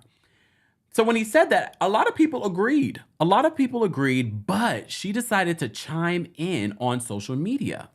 Hold on, let me bring it up. Where is it? Okay. I'm going to share our friends OMFG Reality TV on Instagram. I can't get my words out right now. I think I need to eat. I think that's what it is. Okay. All right. So our friends over at OMFG Reality TV captured this for us. So Kyle responds in the comment section about this clip and says this: wasn't his show canceled? And wasn't he the first one voted off of Traitors? I can't even be offended. A lot of you have been telling me I should watch Traitors on Peacock. I don't know. I might give it a watch if I find some time this week, and then maybe we'll talk about it on Thursday, or on next Tuesday. All right. So it doesn't end there, though. It doesn't end there. Reza responds. Okay, Reza responds. Let me share my screen. Reza says, my show was canceled and I was eliminated first, but my sister and all my castmates still like me.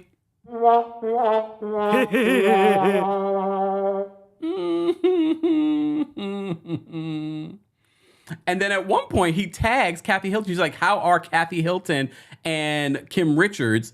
Kyle.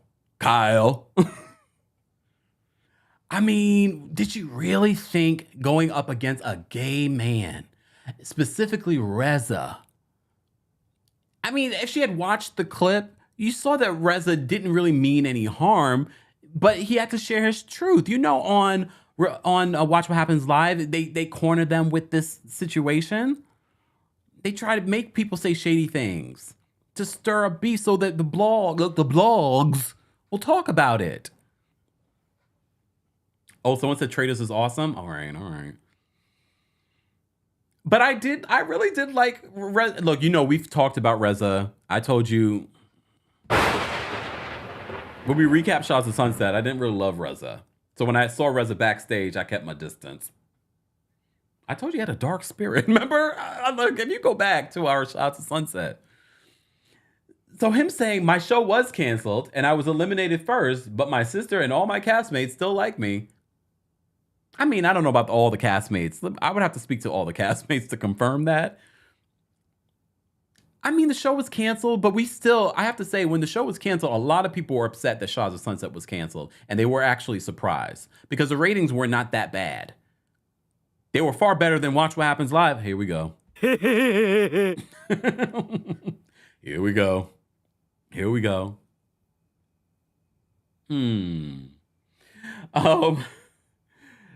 Mocha, thank you. First of all, Mocha, thank you for being a member of the channel for 15 months, guys. Don't forget, if you would like to become a member of the channel, head on over to TheKempire.com/join. And shout out to our mods that are in the chat, guys. Don't forget to say hello to the mods. Mocha says, Reza ethered her. Damn vile Kyle. Oh my God. Philly Joy says, oh no, Reza for the win. Yeah. I mean, he did in that moment. I'm just surprised that Kyle thought that that's what Kyle has been a little more active on social media recently. You guys noticed that? And not in a good way. Like, Kyle, shut up. Kyle, shut up. I mean that lovingly. And mind you, I was feeling bad for Kyle during the whole Kathy situation. I was like, it can't be easy for Kyle right now because everybody's hating her. And I was like, I have a heart. And when I saw her at BravoCon, I was like, oh my gosh, she looks so small and frail. I was like, oh, woo, woo, woo. I didn't say hello to her, though.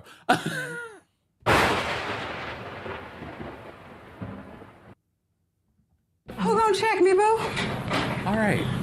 All right. Should we take some callers? Should we take some callers before we go and wrap this up?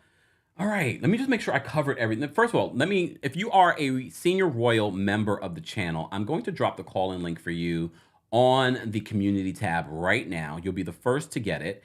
And if you are a royal court member, I'll be dropping it there for you as well. And this is your opportunity to weigh in on any of what we've been talking about.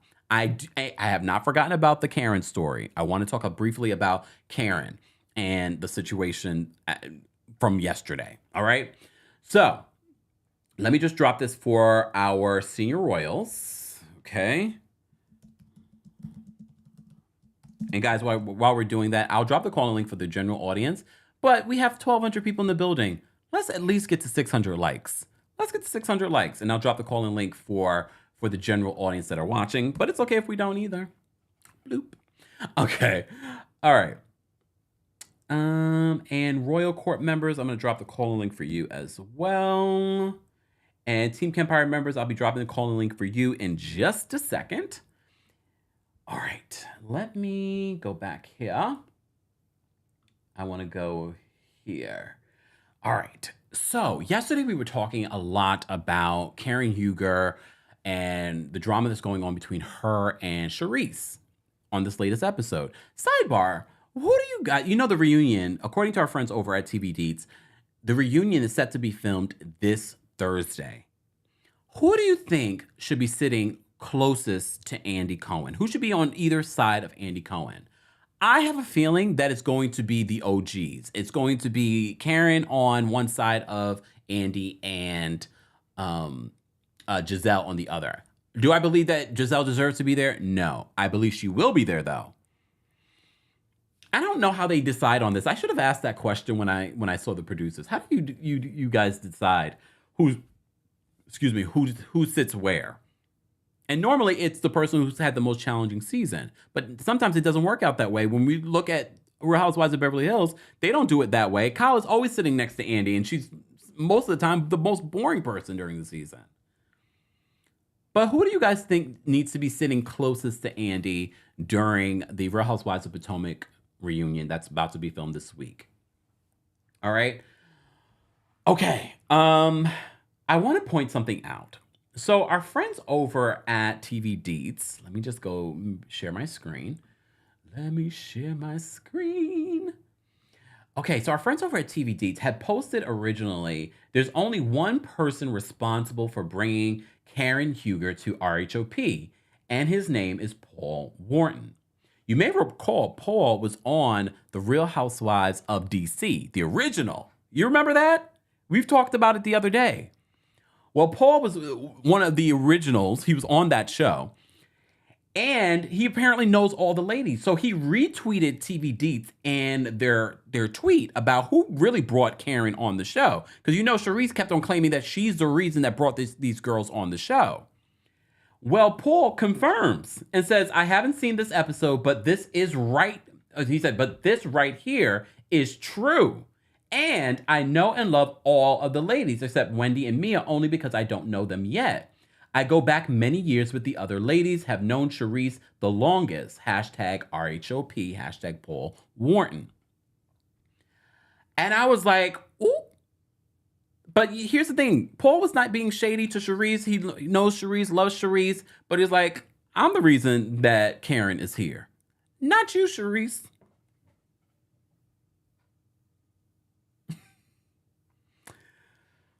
Yeah, look, yeah. Look, yeah.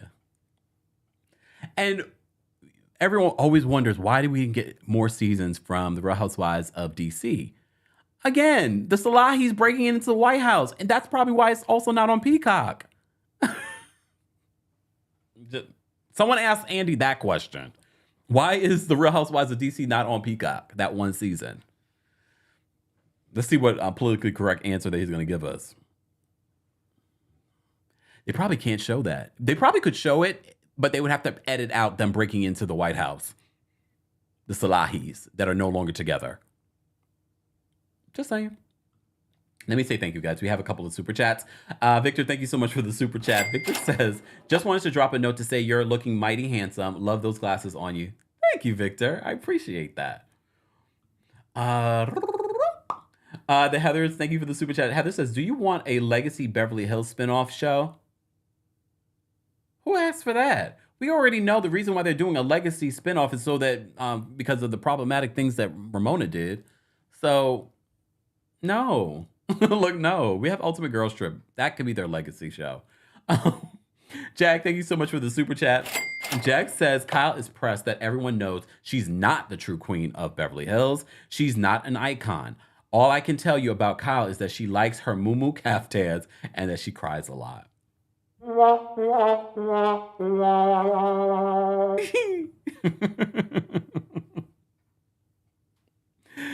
Oh my gosh. All right.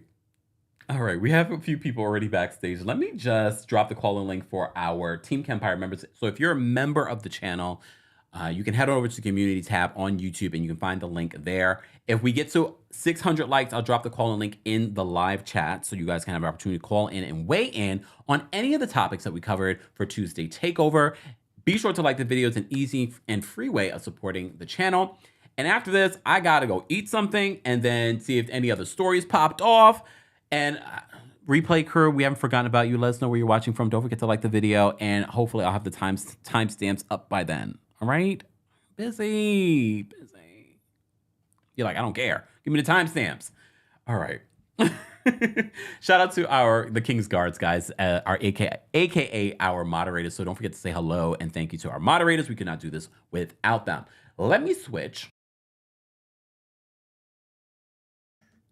All right, I just caught this. My thing was muted. I don't know why it's doing that. That was weird. Look, that's weird. Technology, y'all. Just deal with it. At least I caught it before. Yesterday we had a little bit of mute situation. It happened. It doesn't happen all the time. We adjust. Okay? All right. We hit 600 likes, so I'm going to drop the call-in link in the live chats. Okay? For those that are watching on YouTube and those that are watching on Facebook. And Twitch and Twitter. Again, TikTok, if you want to call in and weigh in, head on over to one of those platforms and you'll get the call-in link there. All right? Let me actually pin this because I've been forgetting to pin this because, look, I'm doing all the things. All right? I'm doing all the things. All right, so let's get to some callers and let me put up our disclaimer. Okay. All right, sorry. Gabriella's backstage. We're going to bring her up for a quick comment. Hold on. What's going on, Gabriella?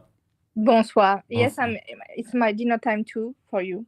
Just two things. Shannon is very sad, but is predictable. Mars in retrograde, Mercury in retrograde, and Shannon in love is not. It's not derogatory. I just think it's astrology, okay? Nicolas is Cancer. My ex was Cancer. It was a hell on earth. Okay, I just say that. And Shakira and her breakup song. We need to speak about that. Shakira, she make a breakup song about her ex. Oh, okay. PK. It was so salty. And she make a statue of witches just in front of her, balcony, in front of the apartment of her mother-in-law, ex-mother-in-law. And she play the song every time when her mother-in-law was outside on the balcony, the terrace.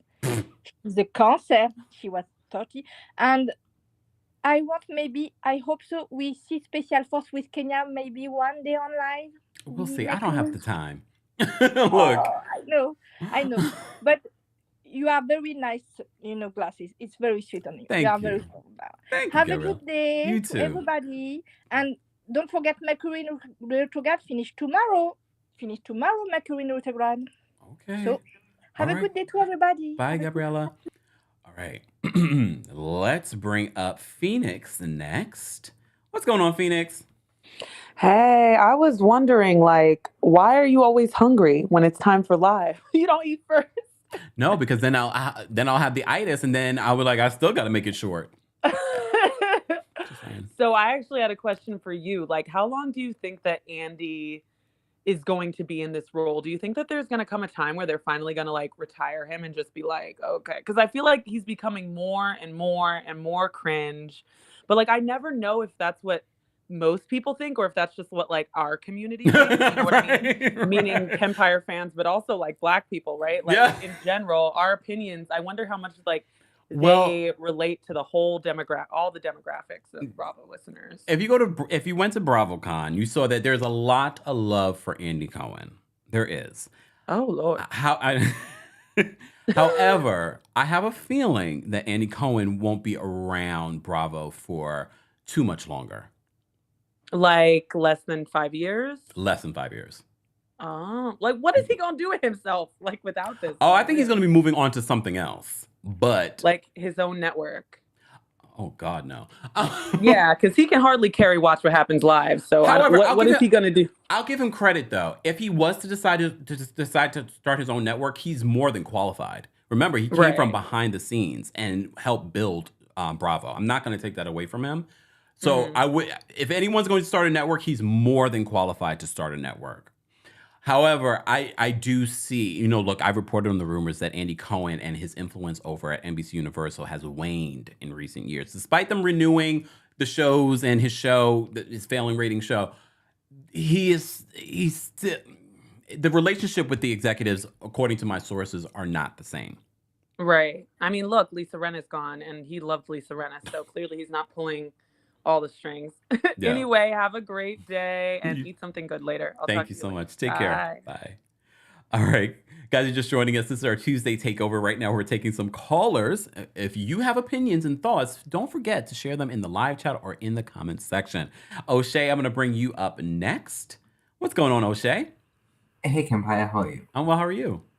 Very well, thank you. I know I'm late, but I missed the last few lives. So Happy New Year. I hope the year goes very well. Very well. You too. I just came to make a side comment about Kyle. I think she should have been fired before Lisa Rinna. Kyle, for me, does less than nothing on the show. I know when people speak of Overrated, they say, Giselle, Bethany, and, and so on. But at least they did, Giselle, she still does something. Kyle just sits and cries the whole season long until the end. So I hope now as the new season, they start filming that we get, something. I don't want another miserable season like the last season. They need to come and be fresh. And for Garcelle and Sutton, I need them to come and be awake this season and not come alive only at the reunion time. They need to come to play and, be fresh. I know I know Garcelle did wake up in the reunion, but we need that from episode 1. Otherwise, it's going to be the exact same thing. Because so, O'Shea, do you agree? Because I know Lisa Rinna, I put Lisa Rinna on pause in my coverage of her stories, but she did do an interview with Interview Magazine talking about how Garcelle and Sutton are going to have to work this season now that she's gone. Yeah, especially now that that gap is gone, Erica will try to fill it. So they need to come to play, and hopefully, probably not, but Camille comes back. But that's my hope for the season. But that's it for me. Thanks. Thank you so much, O'Shea. Take care.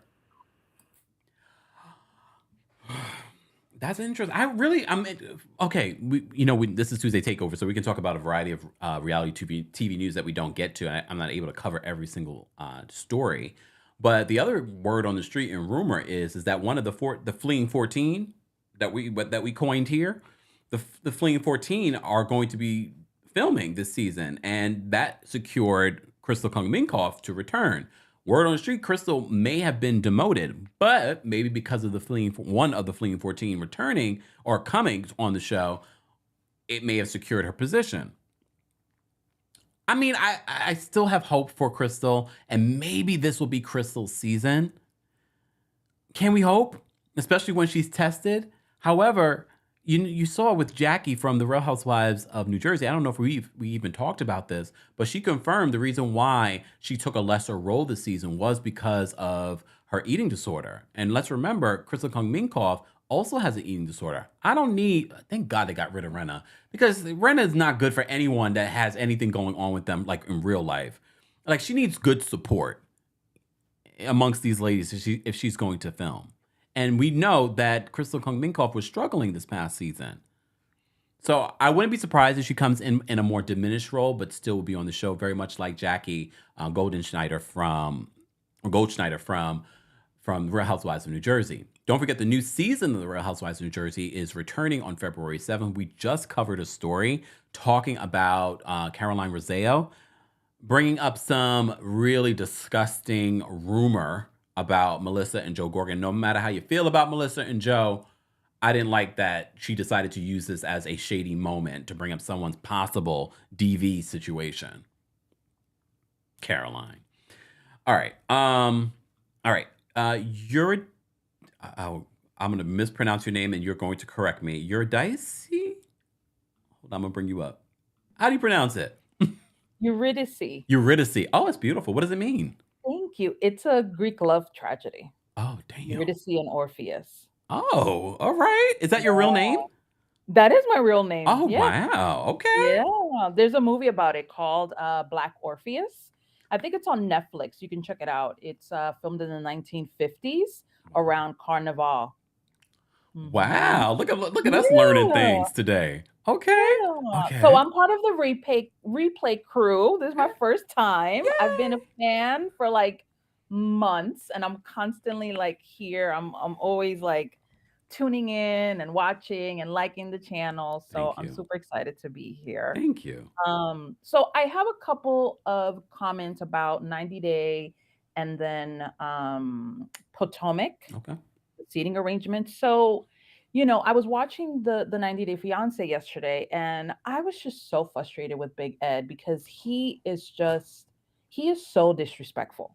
Yeah. He's disrespectful to Liz. He was disrespecting some of the other women, and even Jovi like kept repeating to him like, "Yo, be mindful of like how do you talk to women? How do you speak to your girl? You know what I mean?" And he's just so like. He was just so out of it. He's so like disregarding of what Joey was saying. And even Andre. And Andre is like a hothead. Yeah. You know what I'm saying? And even Andre was like, yo, you need to chill. Yeah. And so I was more annoyed when it was Bilal and Shida's turn. And, you know, Shauna was talking to them. And he's like putting in his 2 senses. Oh, yeah. And like trying to like give his opinion. And I'm watching this and I'm like, mind your business. Like, this is not about you right now. You know what I'm saying? Yeah. And so, yeah. And then Utrus and Chris, that was pretty interesting. They're kind of like back and forth because granted, Utrus does, you know, wants to look out for Shida and all of that. But the way that she's going about it, it's almost like she's trying to sabotage the relationship, you know? And so that they could be together? You know that I was thinking about that. How you doing? I was thinking about that because it's like especially when they were at dinner, how she was going with that back and forth. I was like, girl, you don't do that. Yeah. Where was all that energy coming from? I know. So anyway, Sumit and Jenny, they're cute. I think, you know, like you were saying, like we're over them. They've been together for so long. I do think that Sumit wants to have kids, but like Yara said, he's just too afraid to admit it because Jenny's gonna be upset. I do believe that to be true. I'm curious to see what's gonna happen next week with Michael and Angela. Oh, you're actually curious about the whole Instagram thing, like whether the Instagram is real or not. I don't know. Well, they said this episode that it wasn't real, so but they have proof. Who knows? Like I said, he probably does. He probably has multiple Instagrams. He's in Nigeria. How's she gonna stop him? That's what I'm saying. And what is one thing? Like one thing has nothing to do with the other. Just because he's hanging out with Usman doesn't mean anything. Yeah. And just because he has an Instagram also doesn't mean anything. Like if a man is gonna cheat or scam or whatever, he's gonna do it regardless. Yeah. But again, I feel like it's a storyline. I don't feel like it's real at this point. Yeah. No, I agree with you. But okay, so to finish off, I was thinking about the whole Potomac lineup. I think it's gonna be Mia and Candace that are gonna be sitting next to Andy. And then on Mia's side is gonna be Ashley, Robin, and Giselle. And then on Candace's side, it will be Wendy and then Karen. Really? I think. Okay. I don't know. Okay. So who do you have sitting next to Andy? Mia and Candace. Mia and Candace, really? Because if you think about it, with Candace, you have all of the issues going on with Giselle, right? The whole like storyline. And then with Mia, whether what's going on with her relationship with her best friend. Are they together? Was she sleeping with her husband? And then the whole Wendy and Mia situation. But Wendy didn't have a storyline. You know what I'm saying? Yeah. Okay. All right. This is going to be And then interesting. Ashley does have a storyline because of the divorce and the Yeah. whole house thing situation. And then Karen kind of has a storyline. Like I feel like Karen's storyline is coming up now Yeah. when Robin is like showing the preview of like the guy in Vegas. So I think that there's Mr. more Blue to Eyes. be revealed, you know what I'm saying? But like Giselle and Robin, meh. Like Giselle, Okay. Anyway. All right. We appreciate you calling in and weighing in. Yes. Thank you. Take care. All right. You too. Bye. Guys, I want to hear, those of you replay crew, those in the live chat, I want to know your thoughts on the RHOP seating that you think will play out this Thursday, because reportedly they're supposed to be filming the Real Housewives of Potomac reunion. So who do you think will be sitting next to Andy Cohen? I still have a feeling that it will probably be Karen and Giselle. I definitely think that Giselle will be sitting next to Andy. I think the Karen position next to Andy could change. It could be a Candace. It could be a Mia or a Dr. Wendy Asefo.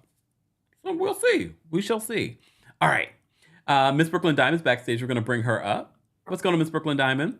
Hey, what's going on? I have to be honest. I dropped out of RHOP like 3 episodes ago. It just, I guess I'm tired of the manufactured, created, unwanted drama for no reason. Like I really enjoy Miami. It's real. Like what they're going through, what's happening, it's real. No one's trying to create a storyline. And I'm hoping that Beverly Hills gets back to that. Beverly Hills should really be like Miami. It should be the wealth. I mean, the money is in Beverly Hills. Like you have people who are wealthy or having these lovely parties, can go on to these fabulous trips, do everything that Miami is doing, and they're not. And I'm hoping that getting rid of Lisa Rinna, that they will get back to that and go to that, because that is honestly what I enjoy about Miami. I checked out of New Jersey a long time ago for the same reason. It's if there is a real drama, a real storyline going on, something real, and you're showing your life and this is what's happening, I find that interesting. This creating something to create, I don't want to create drama in my life, and I don't want to watch created drama. I really enjoyed The Best Man, the final episodes. I thought it was so good. I liked the way that they handled the Lance and his son situation. And I know a lot of people may probably disagree, but the fact is that most parents, especially Black parents, will react. It will react that way. Yeah. This is somebody that, this has been your son. And I say this to people, and I have the conversation with my own kids. I can understand it. This has been your son for 22 years. To automatically switch lanes, it's unreasonable to ask that of somebody. Especially Lance's particular personality and character that we've gotten to know. This is true, but even if it wasn't, that type of if it wasn't that type of person, the jock, this, that, and the other, that kind of made it a bit of a stereotype. But even like, let's say, my mother, who is 75 years old and one of the sweetest people on the earth, for her to have to switch lanes and switch thought processes that quickly, it's something new. It's a concept that they don't understand. It's something that they can't quite wrap their minds around. It goes against everything that they were ever taught. It doesn't mean that they don't love the person. You have to give people time. You have to meet somebody where they are and give them time to catch up to where you're going. Yeah. And I enjoyed that it wasn't this, he didn't beat him. He didn't throw him out the house. They didn't do that trajectory, that stereotypical trajectory. But they did do that. It wasn't this, automatically kumbaya, I accept you and everything is wonderful kind of trajectory. They did a little drama where the child ran away and he had to face it with, is it more important for you to have a son or is it more important for you to have your child? And that. And I enjoyed that, and I know everybody has not watched the end of it, so I'm not going to get. Yeah, please don't. I'm almost there though. I'm almost there. Yeah, but they did a really good job in taking the time to go through the different steps. Whereas I would love a season 2. There's nothing. There's nothing for a season 2. Like they kind of tidied everything up very well. Yeah. The only thing I didn't think they explored enough for me was the fact that Kennedy is Quentin's daughter. Like that to me got glossed over a bit. You know, she kind of told him on the beach and it just kind of got glossed over. And I'm like, no, nobody's going to be that cool with you keeping their kid from them for 12 years. Yeah. Like, to me, that they did kind of gloss over, and that should have been deep dived a little bit You're more. right. You're right. Because I just thought, it was like, oh, right. Yeah. They just kind of glossed over that. And I don't know if you guys, I know it's Tuesday Takeover. I don't know if you guys did Below Deck. I love Below Deck, and I watched it. Honestly, after this episode, Alyssa and Camille could have gone for me. Ooh, like both of them needed to go. Both of them. But we know with the ship, you can't just both couldn't go. This is true, and Camille is being gotten rid of because she's more problematic. But Alyssa also needs to be sat down and talked to because her actions were not also completely above board, and you know, she was being a bit of, you know, she was a bit out of hand as well. This was the first time I've ever seen Chef Rachel off her game.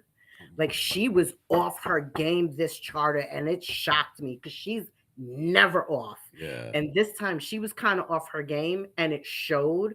And yeah, other than that, I was disappointed in both Camille and Alyssa. And somebody needs to sit down and talk to Alyssa as well. How do you feel about Captain Sandy?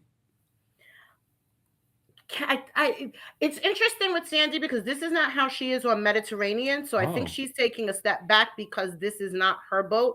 This is Lee's boat. And so she's trying to take a step back off of that. Also, she wasn't there from the beginning. So she doesn't have the history.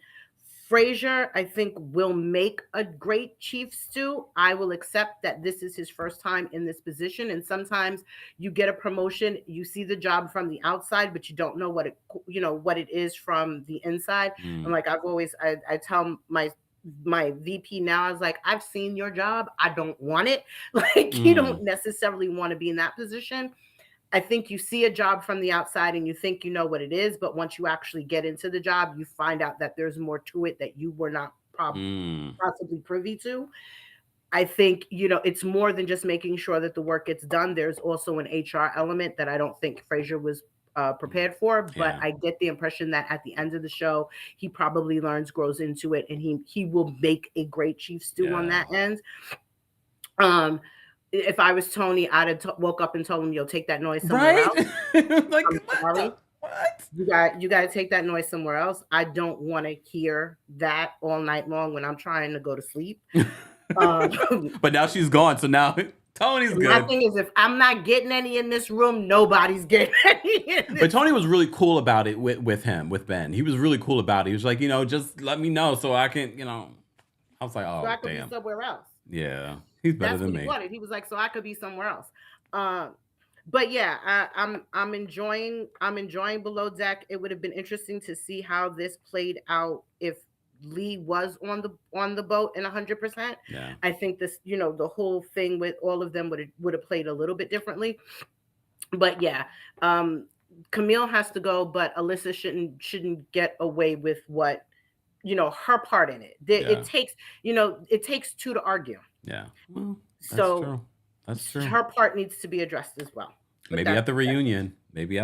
Or we'll see. We'll see how the rest of the season plays out too with her. Yeah, we have to see the rest of the season. But I really will be sad to see Chef Rachel go.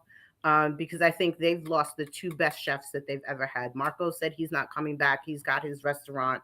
And Rachel said after, I guess, her dealings with Bravo and something that happened with the Southern Charm crew, she's not coming back. And I'm like, those are the two best chefs. Loved Ben, but he's not the caliber that the two of them were. They were the two best chefs I've ever seen. He was a good chef. He was a very good chef. But I mean, if you put him up against Rachel and Marco, Ben's not winning that. I mean, unless Ben can do more than what he's shown on the ship, it seems like Marco and Rachel went all out on their ships. They, they went all out all the time. Ben didn't seem to do that. But, they lost the two best chefs they've ever had. They really did. Damn. All right, Miss Brooke and Donnie. Anyway. Thank you so much for weighing Bye. in. We appreciate you. Take care. All right, y'all. We're going to bring up one more caller, and then I got to go. I've been live for over 2 hours for our Tuesday Takeover. If you're new to our Tuesday Takeover, it's where we cover a variety of reality TV news, and pop culture news. We've talked about a lot. So replay crew, as always, where are you watching from? What are your thoughts on any of what we've talked about, from Below Deck to 90 Day Fiancé, Happily Ever After, to Kyle being overrated housewife? Who do you believe is the most overrated housewife of all time? Of all time. All right, VA, I'm going to bring up, we have last two callers we're going to take. So VA and Janelle will be the last two. No one else call in. Look, let me delete this. Let me take this down. No one else call in, all right? Because I'm going to take these callers, all right? Okay, wait, let me just see what the poll is. A lot of you feel like Karen is going to be sitting next to Andy on my TikTok poll. All right. VA, I'm going to bring you up. What's going on, VA? What are your thoughts? Okay, my thoughts are, hi, I'm from Chicago, Illinois. Hey. Love your show, love watching it. I just want to talk about Andy. I feel like we need to let him go. We need like maybe a Vivica to come in there and kind of, get around with the ladies. She knows everything as far as like pop culture and what goes on or whatnot. So Andy has to go. I'm tired of him. Andy in regards to the network, or Andy in regards to the Potomac reunion? Just Andy as far as all the reunions for all the housewives. He needs to go. He's just kind of in the middle, whoever his favorites are, he shows favoritism. I don't like that. We need somebody who's like mutual and just level-headed and is going to speak the truth. And sometimes we never get that. Kyle's definitely overrated. She's been overrated. I mean, her face looks nice now, but she's been overrated. I'm sorry. She looks good now. But she brings nothing to the show. So yeah, crickets, boring, bye. And Garcelle, I feel like she holds sometimes when she really wants to get out what she really, really, really feels, because she's trying to stay safe and just get along. And I just need Garcelle to just push a little bit more, just a little bit more. Okay. But yeah, and then Potomac, Robin needs to go.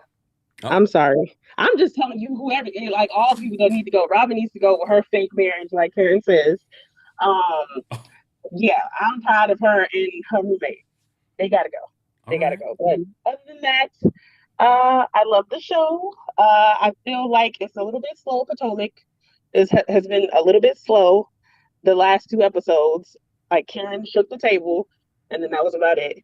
But yeah. All right. Thank you. Thanks, VA, for calling in. Take care. All right, you too. All right. Guys, again, wait, let me say shout out to all of you that are in the live chat. We still have over 1,000 of you here on YouTube alone. Quite a few watching on TikTok, quite a few watching on Facebook. We see you guys. Thank you so much for taking time out of your day, over 2 hours of your day, to be here. We appreciate that. Replay crew, we appreciate you as well.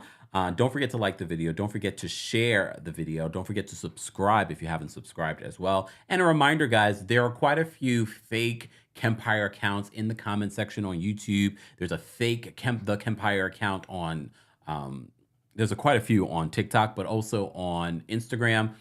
I'm not DMing you. You probably already know how I would sound in text. You already know I'm not telling you to call a number. I'm Jamaican, but I'm not Miss Cleo.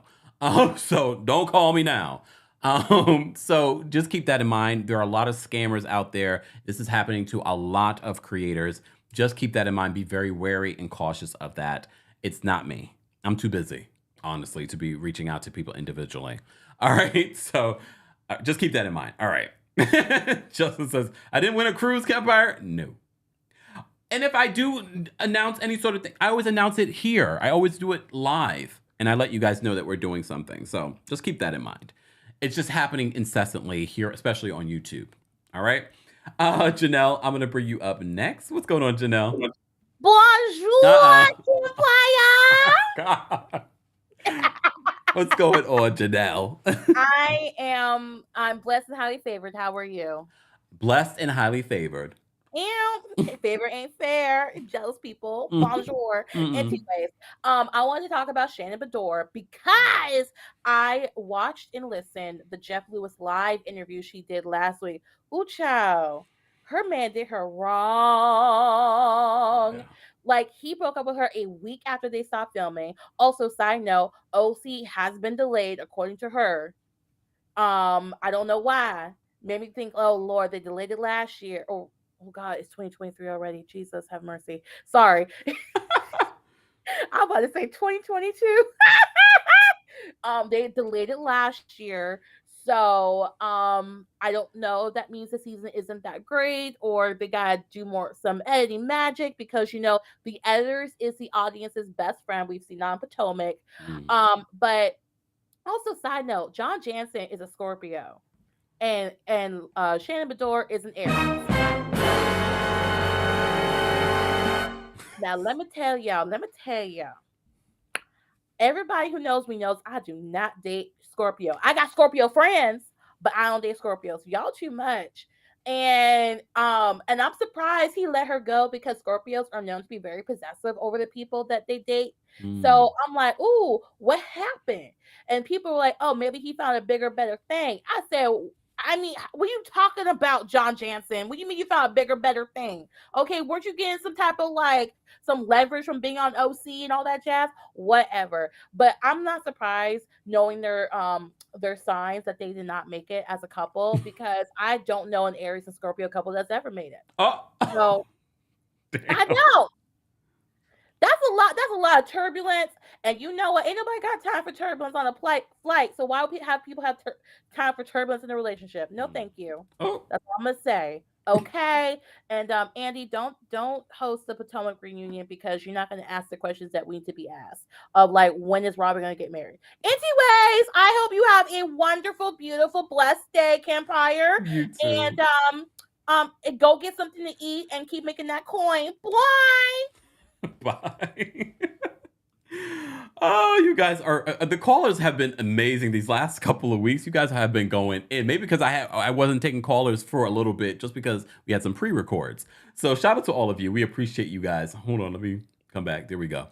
All right, that is it, guys. We were live for over 2 hours. Over 2 hours, but I had a good time. We had a great conversation. Let's continue this conversation in the comment section. Shout out to everyone watching on Facebook. Shout out to everyone watching on Twitch, Twitter, TikTok. Those of you watching here on YouTube as well. Shout out to members of the channel. We appreciate you guys. Shout out to everyone that became a member during this live. Thank you, thank you, thank you, thank you. Thank you to everyone that sent in a super chat, Cash App, PayPal, Venmos, things like that. All that information is available in the description, including our P.O. box. I still need to go check that, because I'm sure you guys have written me love notes.